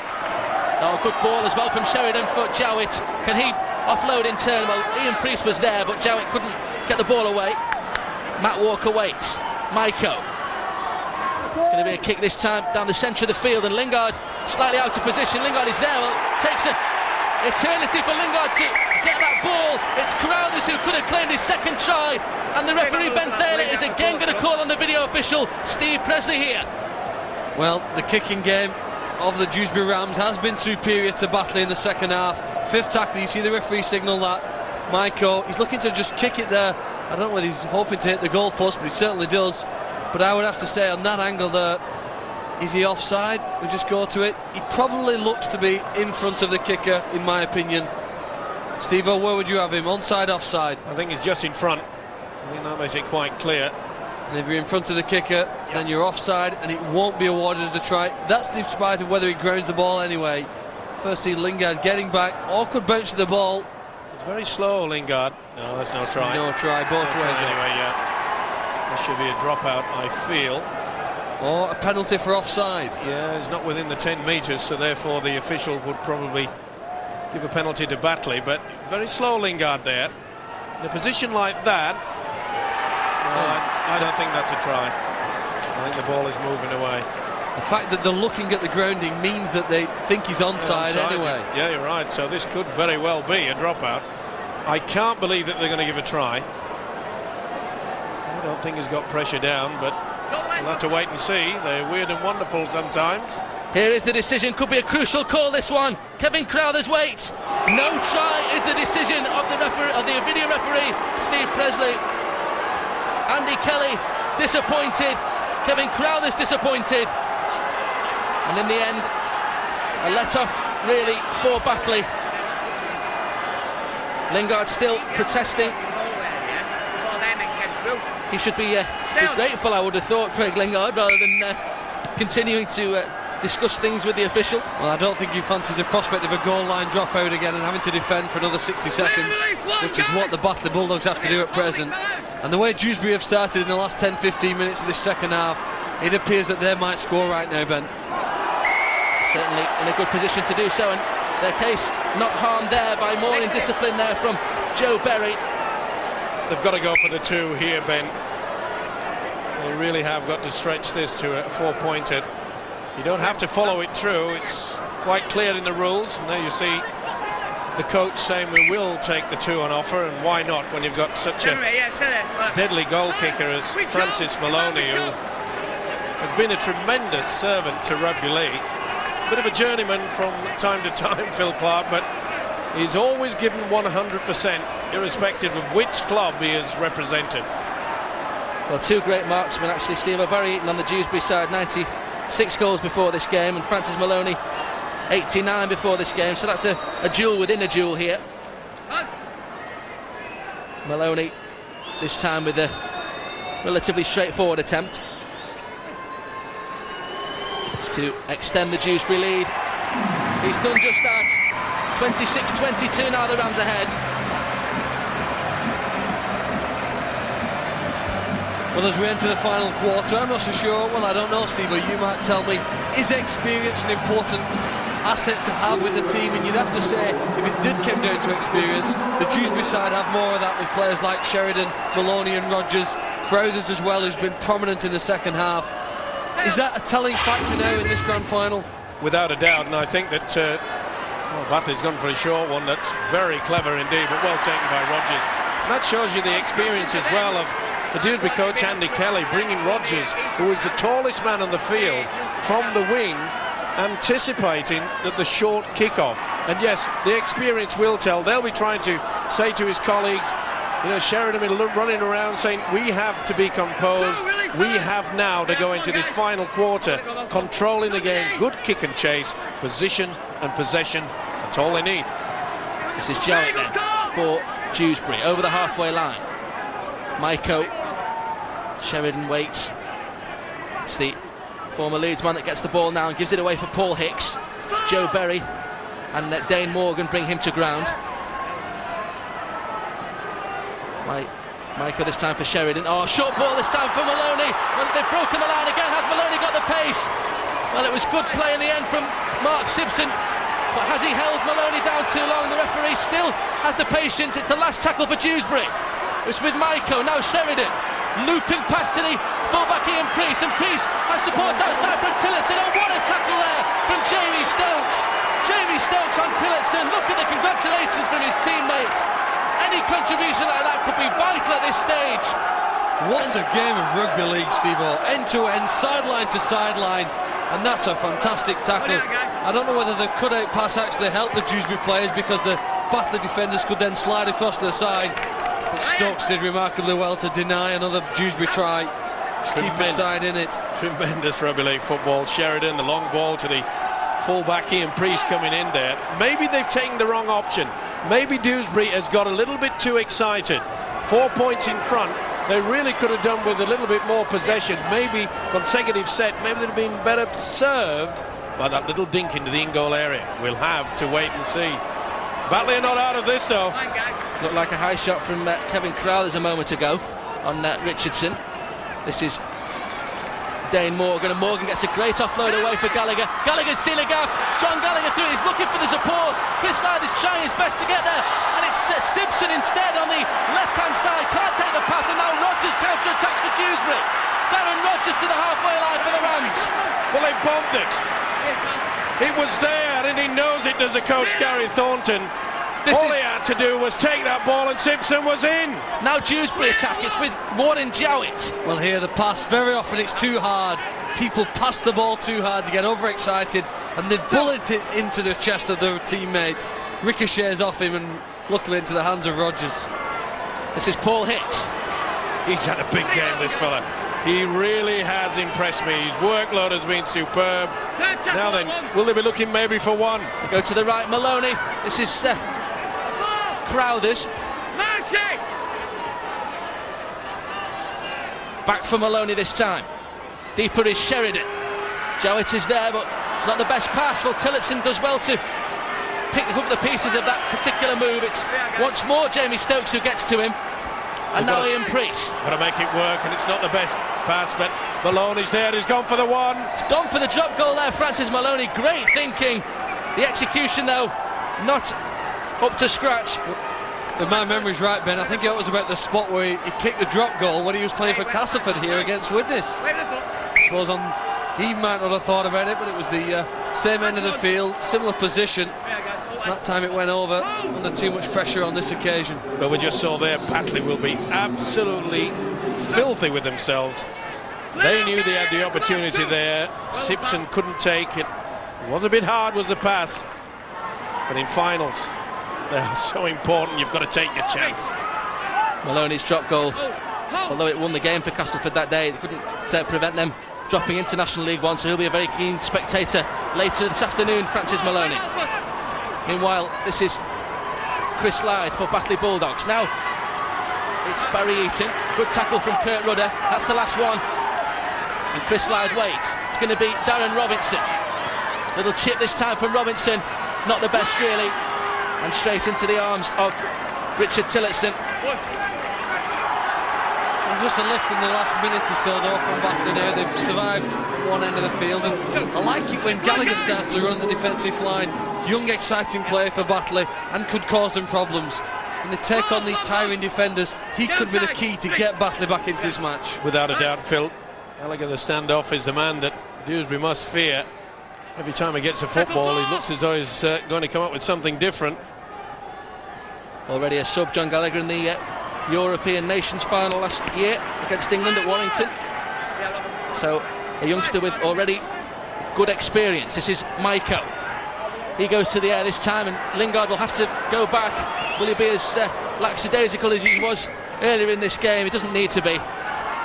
This will be a 20-metre restart for Batley Bulldogs. Gallagher wants to get on with things, and it's Lingard who takes the first hit up this time. Through the attentions there of Chris Hall.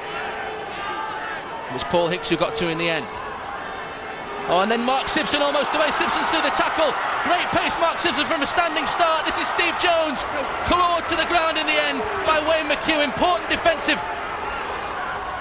work there from Wayne McHugh. This is Steve Jones once more, and Jones has Lythe with him. It's Maiko who gets him to the ground. Pick up from Gallagher. He's got Chris Lythe. Oh, Gallagher, in fact, is going to score. John Gallagher gets to the post. It looked like he passed inside to Chris Lythe. Gallagher took the responsibility himself. Well, he had a sensational Bulldogs debut. 3 tries as a substitute against Oldham back in August. And John Gallagher, the youngster with so much experience, scores a massive try for Batley. The Leeds created this, hasn't it? Just running and tiring defenders. That's what the best half-backs do. We've said it in this match already. Picks it up, shows it to a player alongside, and then darts through and dives over. Great reply there. They've been under pressure for 10 minutes at Batley. They've withstood it, and they've managed to show they're still in with this game. The biggest problem for Dewsbury throughout this match has been the work in the 1 and 2 marker position. He's happy as the coach, and rightly so. We mentioned that if there was one man going to break the hearts of this Dewsbury side, it would be the standoff Gallagher. He's done that. But great work from Mark Simpson. A few moments before, Simpson put down a great chance to score right underneath the post, and it was the winger's break. Simpson did very well, 35 metres downfield, put them in the position, and the standoff Gallagher has made a great game of this. Game on! Barry Eaton gives Batley the lead once more. 9 tries in the game, all of them scored by backs. What an expansive match we've seen this afternoon, Phil. Oh, I mean, it's incredible. I think the standard of the lower leagues has risen over the last few seasons. I think the fact that we're seeing players like young Gallagher here playing in this match, who's filtered from the higher academy levels, shows you that now it's a breeding ground for talented young players. Much as happens in Australia, we very often not had it happen here, but we're now getting younger players playing at this level, if they're not getting first-team games at likes of Bradford, Wigan or Leeds. Sean Richardson does really well from that restart to maintain possession for Batley. This is Gary Shillerbeer now. Chris Lythe waits. It's going to be Joe Berry, and Berry looks to offload. The support was a little bit weak in coming there. This is Chris Lythe now. Dane Morgan. Gallagher is there, but Dane Morgan throws a dummy himself. Can't get through the tackle though of John Lee Lockwood. We've seen some fantastic National League 2 action on Sky Sports over the last 2 years. Keighley and Sheffield first of all, and then York against Halifax last year. This is every bit as good. I think the referees judged the forward pass here. No, it was a Shepherd. You see how the man's come in. It was a delayed pass. They were at 6s and 7s, and as soon as the man came across, it was Jamie Stokes, and that could prove very costly indeed. Is Jamie Stokes the busiest right winger in the world? He appears all over the field. Back over in the left centre position just then. Well, the days are gone, Phil, when they used to just stand out wide near the touchline and blow their nose every now and again. You've got to work as a unit, as a full team, and that's what... Sheridan, a long pass for Ian Priest. Priest brings in Wayne McHugh, and Wayne McHugh still going. Taken to the ground by Richardson, who just drops on his man, trying to slow this Dewsbury attack down. Tillotson, Sheridan, now Kurt Rudder. Batley's got to be careful not to give away the penalty. Dewsbury will take the 2, don't worry about that. Maiko, now it's Maloney. Ian Priest once more trying to offload again. It's a great tackle from Shillerbeer that prevents him doing so. Maloney once more, now Maiko. Sheridan, got men on this right hand side.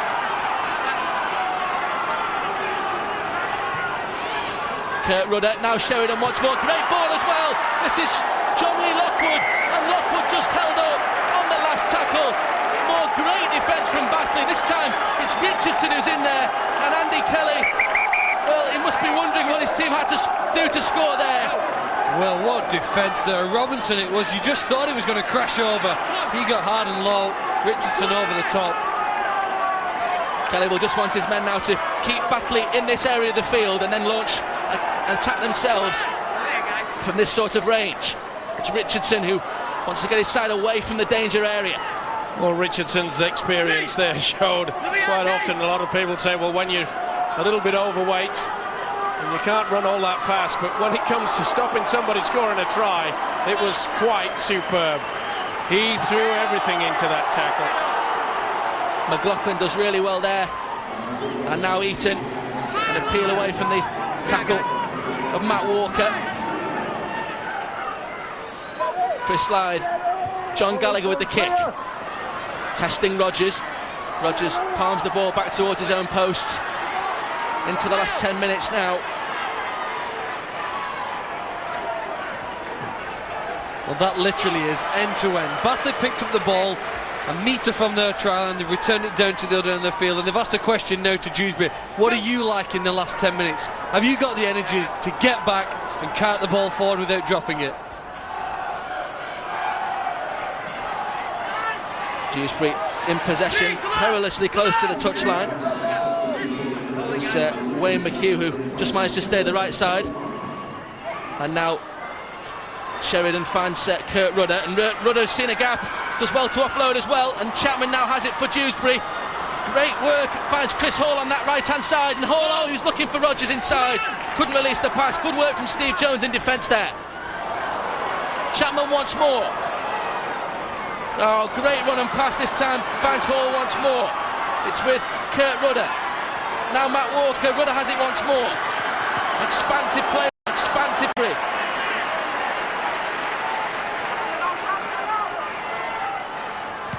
Sheridan, another high kick. That was Lingard this time, while he takes that confidently, and then is, well, certainly a penalty, and Lingard is still on his haunches. We'll see the reaction there of Andy Kelly. I think they're badly done to the Dewsbury.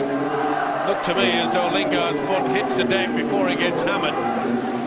It's pretty hard to see unless it's in slow motion, but to me, Lingard's left foot certainly hits the ground before there's any impact. That is a big call by Ben Thaler. Chris Lyle. This now is McLaughlin, and Martin McLaughlin takes 3 to put him to ground. I think Batley realised that they can't just shut up shop. They cannot just rest on this 2 points. They've got to make sure they go downfield, come away with something, maybe a penalty goal. Oh, and it's getting a bit excited. Untidy play the ball involving Wayne McHugh there. It's so much riding on this game, of course. Two neighbouring sides, the interest in local clashes between Batley and Dewsbury such that Christmas meetings still continue despite the move to summer. It was the Rams who won the last one, Boxing Day 2004, by 20 points to 16, as we see the incident again at the play the ball. Well, it's certainly interference from Maloney. By giving it back. I know. Let's just cool it down, keep it going. Keep it going. Go. No, sir. Sorry.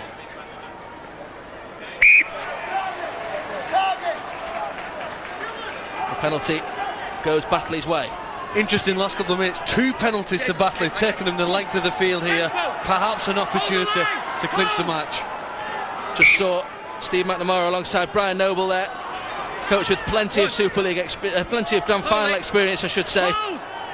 In another one next weekend, of course, and you'll see that live on Sky Sports. This is Chris Lyde, meanwhile. Oh, he spilled the ball, and Walker has it now. Pace from Walker, even at this late stage in the game. Come on. It's anybody's match, this one. Who has the patience to see this one out? Whose motivation will be the stronger? Dewsbury, of course, looking for promotion. Batley looking to maintain the status quo.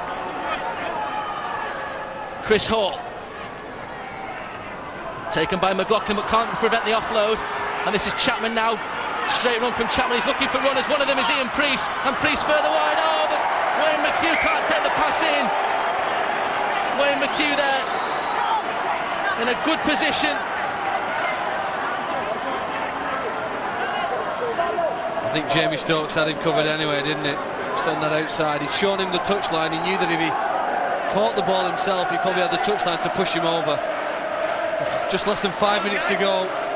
Dewsbury got to keep thinking positive. They're going to get another chance to win this game. They're going to get possession at least once or twice.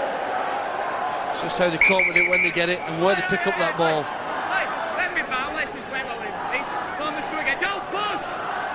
One win apiece this season in the Northern Rail Cup. Batley comfortable winners 2 weeks ago, but there's nothing to choose between these two sides this afternoon here at the Halton Stadium. It's Steve Jones.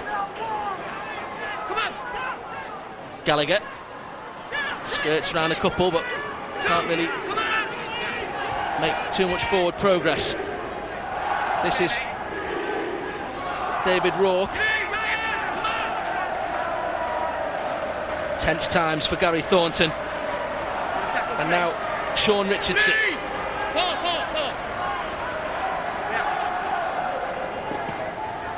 With Barry Eaton, he's got Lingard back on his inside, and Lingard just... Well, can't believe that pass didn't come from Barry Eaton.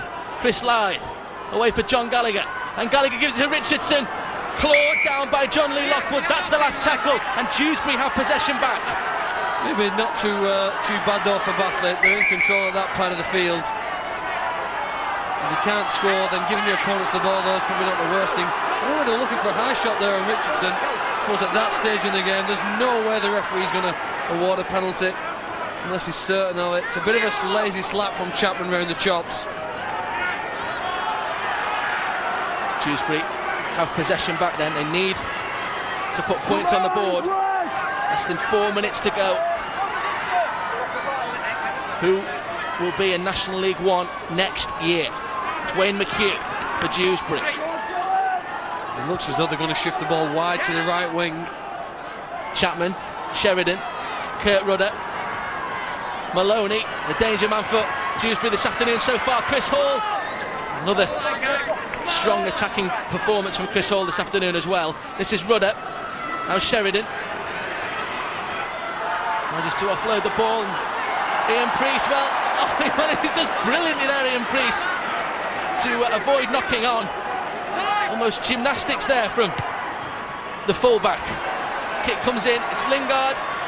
Must have got a call there, John Gallagher, from Craig Lingard. The fullback does really well. Again, Dewsbury got to work on the defensive line speed here to just try and restrict the ground that Batley make in possession. What energy have they got left in those legs now? There's been such movement to this ball around the field. Stokes now, Batley seem just content to run from the acting halfback position. This time it's Gallagher. Well, it's Rudder who gets to him, but the pace has slowed a little. You wouldn't expect anything else. This is Tim Spears, though. Crashes into Richard Chapman. Dewsbury know that they will have possession at least once more. This is Robinson, and just drills it out. Safety first, and well, good play from Robinson. It is now. Dewsbury need to run to this scrum and get their scrum set. That'll stop the clock. Every second's vital now. The Dewsbury Rams fan stops the clock. Gary Thornton succeeded Paul Storey as Batley coach. Then the season comes down to 6 tackles. This is it now. Chance for Dewsbury. It's Ian Priest. Plays it for Maloney. And this is Chris Hall trying to pump those legs. Not 100% fit. Chris Hall has done really well this afternoon. It's Sheridan. This is Kurt Rudder. Rudder's got options.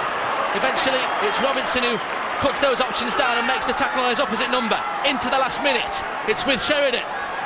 Could be the last chance. This for Dewsbury. Finds Maloney. Maloney running at that defence again, and then it's Chris Hall who spills the ball. Is that the ball game for Batley Bulldogs? You would think that all they have to do is just hold the ball now, but Dewsbury had to force the pass in fairness. This is Craig Lingard. And they're looking for a one-on-one steal there.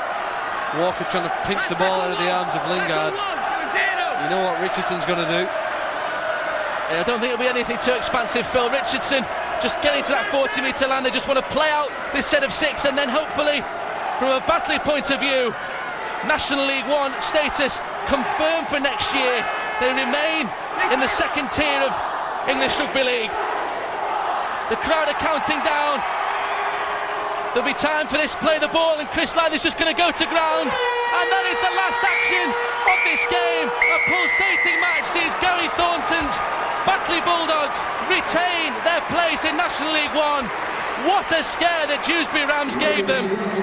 It shows that the gap between National Leagues 1 and 2, not that great at all. In the end, Dewsbury Rams and Andy Kelly denied right at the last. Shane Richardson, a winner in a grand final here at the Halton Stadium. But it's Batley who will be in National League 1 next year. Kevin Crowthers can't believe it. They came so close. And Barry Eaton, the linchpin of this Batley side, just commiserates with Richard Chapman there, and look what it means to the Batley fans. Such a tense battle, end to end, all the way through. It was the desire of the National League 1 side who was the stronger in the end, but only just.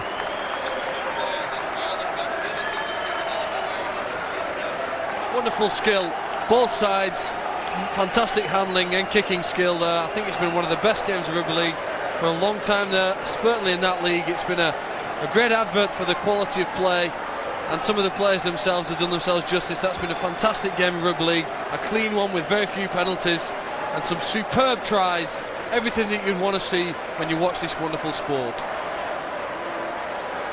Batley fans just can't believe this moment, and the players, well, look what it means to Batley Bulldogs to retain their National League 1 status. Just 5 wins this season in National League 1, but it doesn't matter now.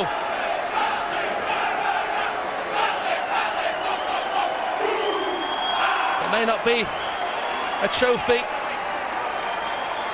but it's all about the status here at the Halton Stadium for Batley Bulldogs.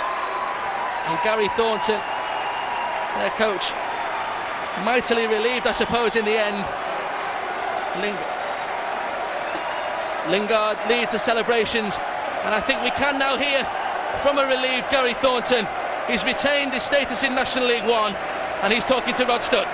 Gary, well done. Just sum up your emotions after an afternoon like that for us. I've been through every emotion. Going there was a tough one. It was a bit nip and tuck. Certainly one that went all the way to the wire. But I'm really pleased for these boys. They've had a tough season, taken a lot of criticism this year, but really pleased for them. They've worked for that and they deserve it. How tough were those final few minutes when Dewsbury were throwing the ball around? Yeah, it's tense. I mean, they were always going to be in the game. I thought when we got 10-0 up in the first half, I thought we could have gone away from them, but that wasn't the case. Fair credit to Dewsbury. They played a very good game today. Very few mistakes, very few penalties. I thought they were very disciplined throughout, which makes the win even more pleasing for me. Thanks. And just finally, last season Halifax retained their status in this game. They've had a very good season this year. Do you think Batley can kick on from here? I hope so, yeah. That's the plan now. Yeah, we're looking forward to next year. Got a good crop of young players coming through. And yeah, we want to use this positively and make sure we're not in this final next year. We want to be in our own final next year. Well done, Gary. Let's have a word with one of Batley's stars this afternoon, Barry Eaton. Barry, well done. I mean, you've spent many years at the club. How does this afternoon compare with some of the successes you've had with the club? Well, I've certainly got no fingernails left. That's my 3rd grand final at the National League side of things, and I think in 3 finals has been 4 points between 3 games, so I could do with an easier one. Now, I know that kick at the end was fairly simple by your standards, but it was the match winner. What goes through your mind when you're attempting to convert a try like that? Well, you just want to strike the ball sweet, and nice that John got right at the side of the post there, because like I say, it would have been very nerve-wracking if it had been wide out. Well done. Let's have a word with John, who's just over here. John, well done, man of the match. Quite an afternoon for you there. Just sum it up for us. Oh, it's been great. We knew if we stuck to the systems that we'd win the game. We knew it'd be a lot harder than last couple of weeks ago. I think we've really stuck at it today, and we've won it in the last minute, pretty much. Just tell us about the try. Oh, pretty much hard work from the rest of the team. We've got a few quick play balls, just needed to finish it off really. We're a team try, great team try.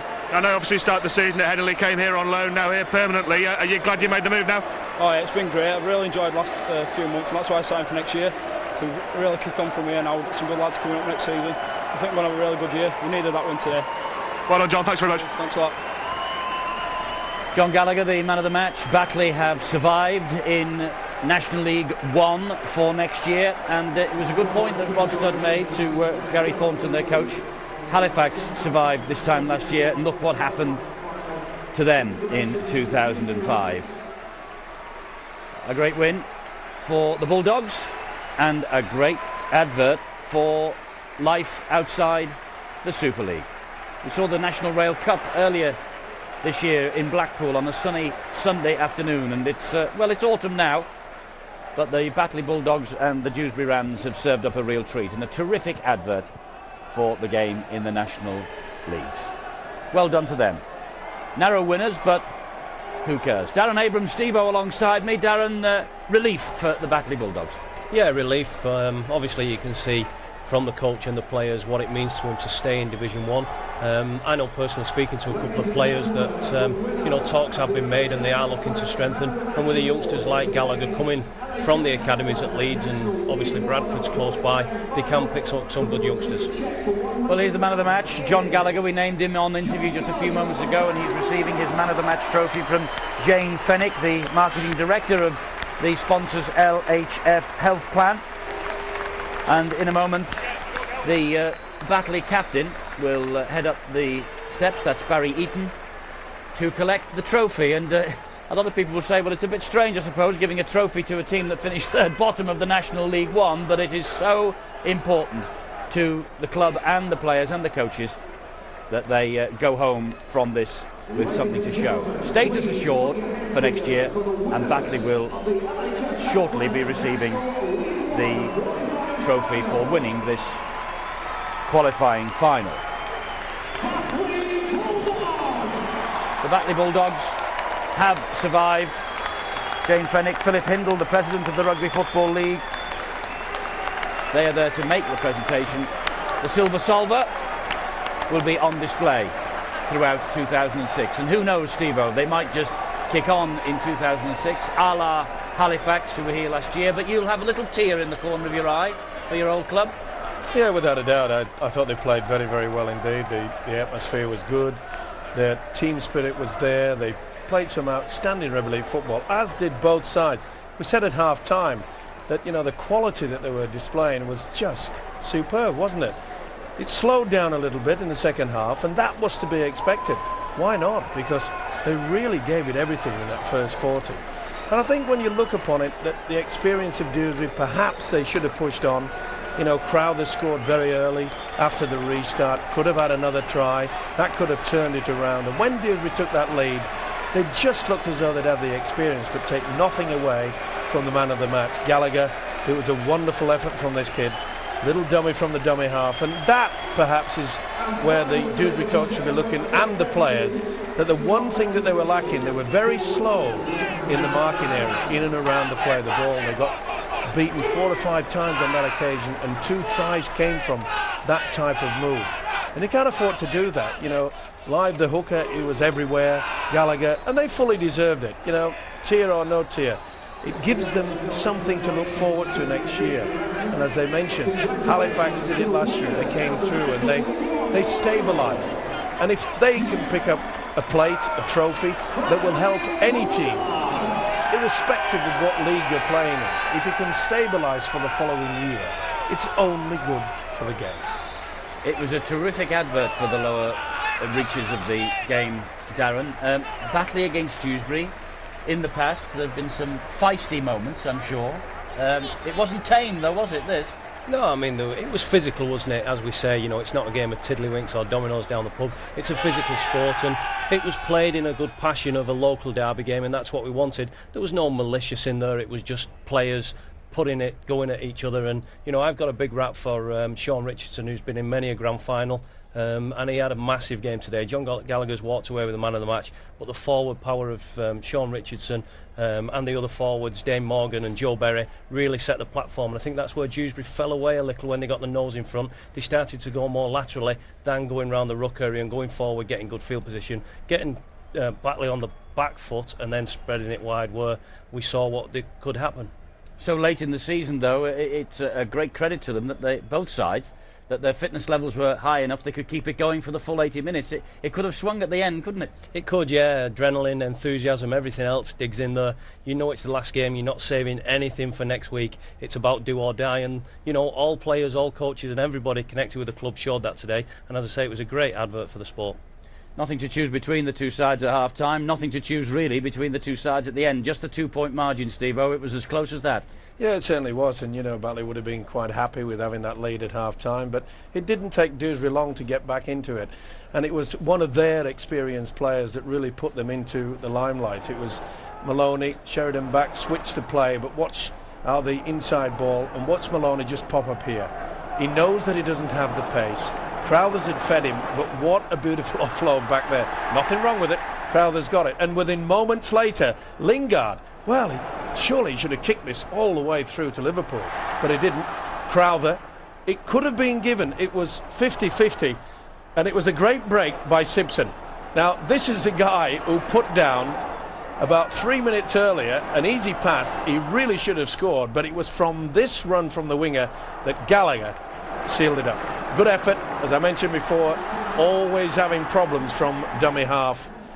This is the long ball, this is the chance that they had, and bang, what a tackle, absolutely superb. And when you defend like that, you fully deserve to pick the trophy. But my mind goes back to Richardson. You know, Dewsbury were absolutely banging away at this Batley line, and Richardson, with all his weight, didn't bother to try to go for the ball. He just threw himself into it and prevented the try. And it's moments like that that make you feel very happy that you're the victors on the day. Yes, Batley are the victors. As we say, we turn the clock back 12 months. Halifax won at this stage then, and Darren, they had a great year, didn't they, in National League One? They went very, very close to making the grand final themselves. They did, and you know, speaking to Steve McCormack in the week, he was really glad that Halifax didn't make the final. He wanted to play Castleford more than Halifax, and Anthony Farrell's done a marvellous job. He's strengthened with some players that I had at Lee Centurions last year in Dave Larder and Anthony Blackwood, and come up with some big performances. Obviously they come into an unknown area, Halifax, when they got relegated out of Super League, and it took them 12 months to settle in and know what it was about. This year they had a good pre-season, which is vital, and it's the result of what they did. Obviously Gary now can start building and have a good pre-season, and hopefully he'll be pushing for Batley to finish in the top 3 or 4 and get in the playoffs where they should be, not in the relegation battle. Yes, maybe will be the springboard to something extra for Batley next year, but you know, it's terrific. Today it's all about survival. That for Batley will give them such a terrific lift now, and they could easily push on next year, couldn't they? Yeah, as we said it before, and I think it'll be the same with Dewsbury. Okay, they've got to strengthen a little bit. They spent quite a lot of money in the off-season to get those experienced players, you know, the likes of Sheridan, Maloney and Rogers. So therefore, that perhaps they'll be disappointed that they didn't actually finish at the top of the pile and have a better chance to make sure that they were a lot fitter. They had, remember, a fortnight ago they went to Batley. They were absolutely just taken apart by Batley Bulldogs in the first 40 minutes. They showed a lot more composure in the second half. And I do agree that, you know, there are times when you've got to just make sure you keep possession of the ball. They've taken the lead and they tried it to be a little bit too fancy. And there are times when you've got to close the game down. And with so much experience on this Dewsbury outfit side, I think that their coach Kelly would be a little bit disappointed, and most of the experienced Dewsbury players, that they didn't finish them off. But take nothing away from the Batley Bulldogs. They were magnificent. They came up with the goods at the very, very right time. Okay, they spilled a few. They tried to keep the ball alive. But most important, we talk about the players and the coaches, but the fans.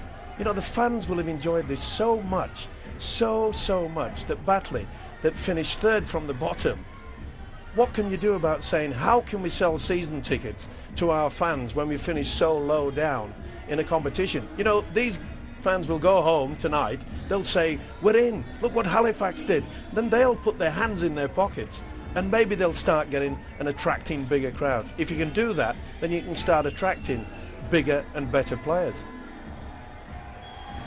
Yes, well, I think what we're saying is that there is life below the Super League, but the Super League is the target. Now it's the rematch. It's down to one game for a place in League One and some serious local bragging rights. What a try! Can I take your order, please?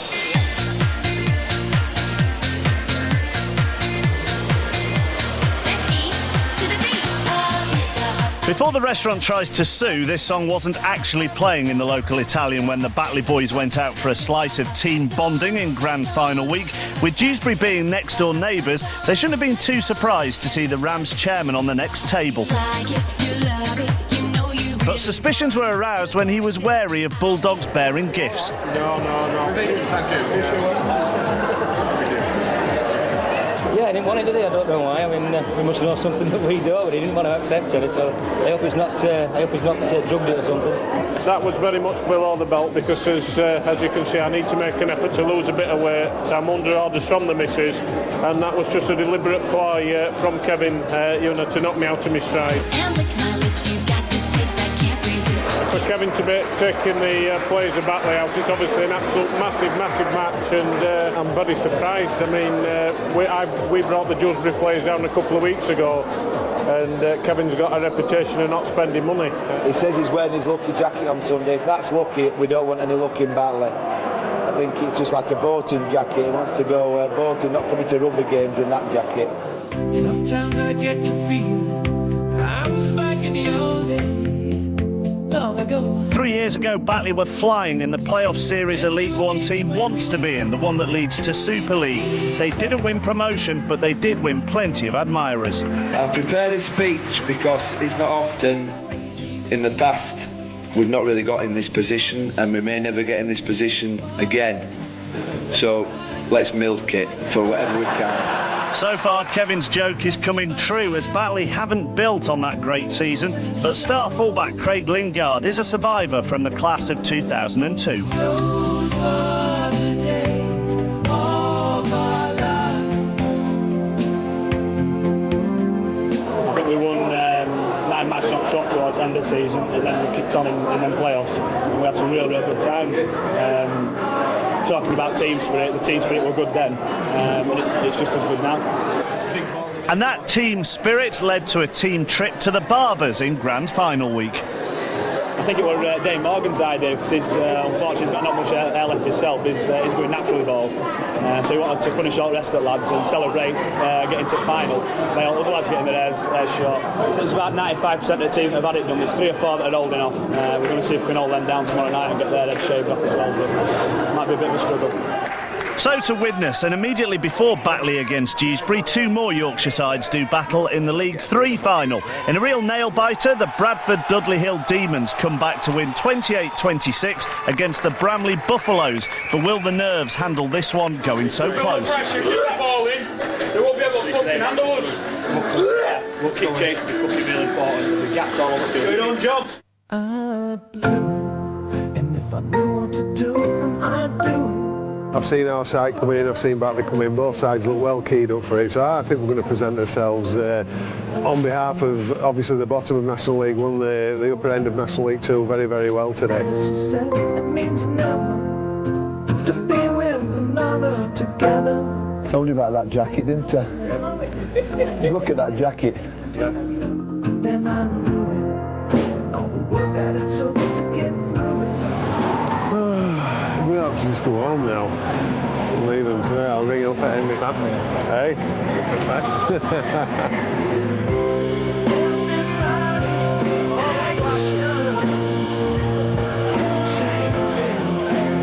Let's not get caught in silly penalties away in 10 yards for getting a fucking stupid comment. Let them do that. They're the Division 2 side. Division 2 side, we're the Division 1 side. Let them get into the shit fucking amateurs rugby. All right, Gary, best of luck.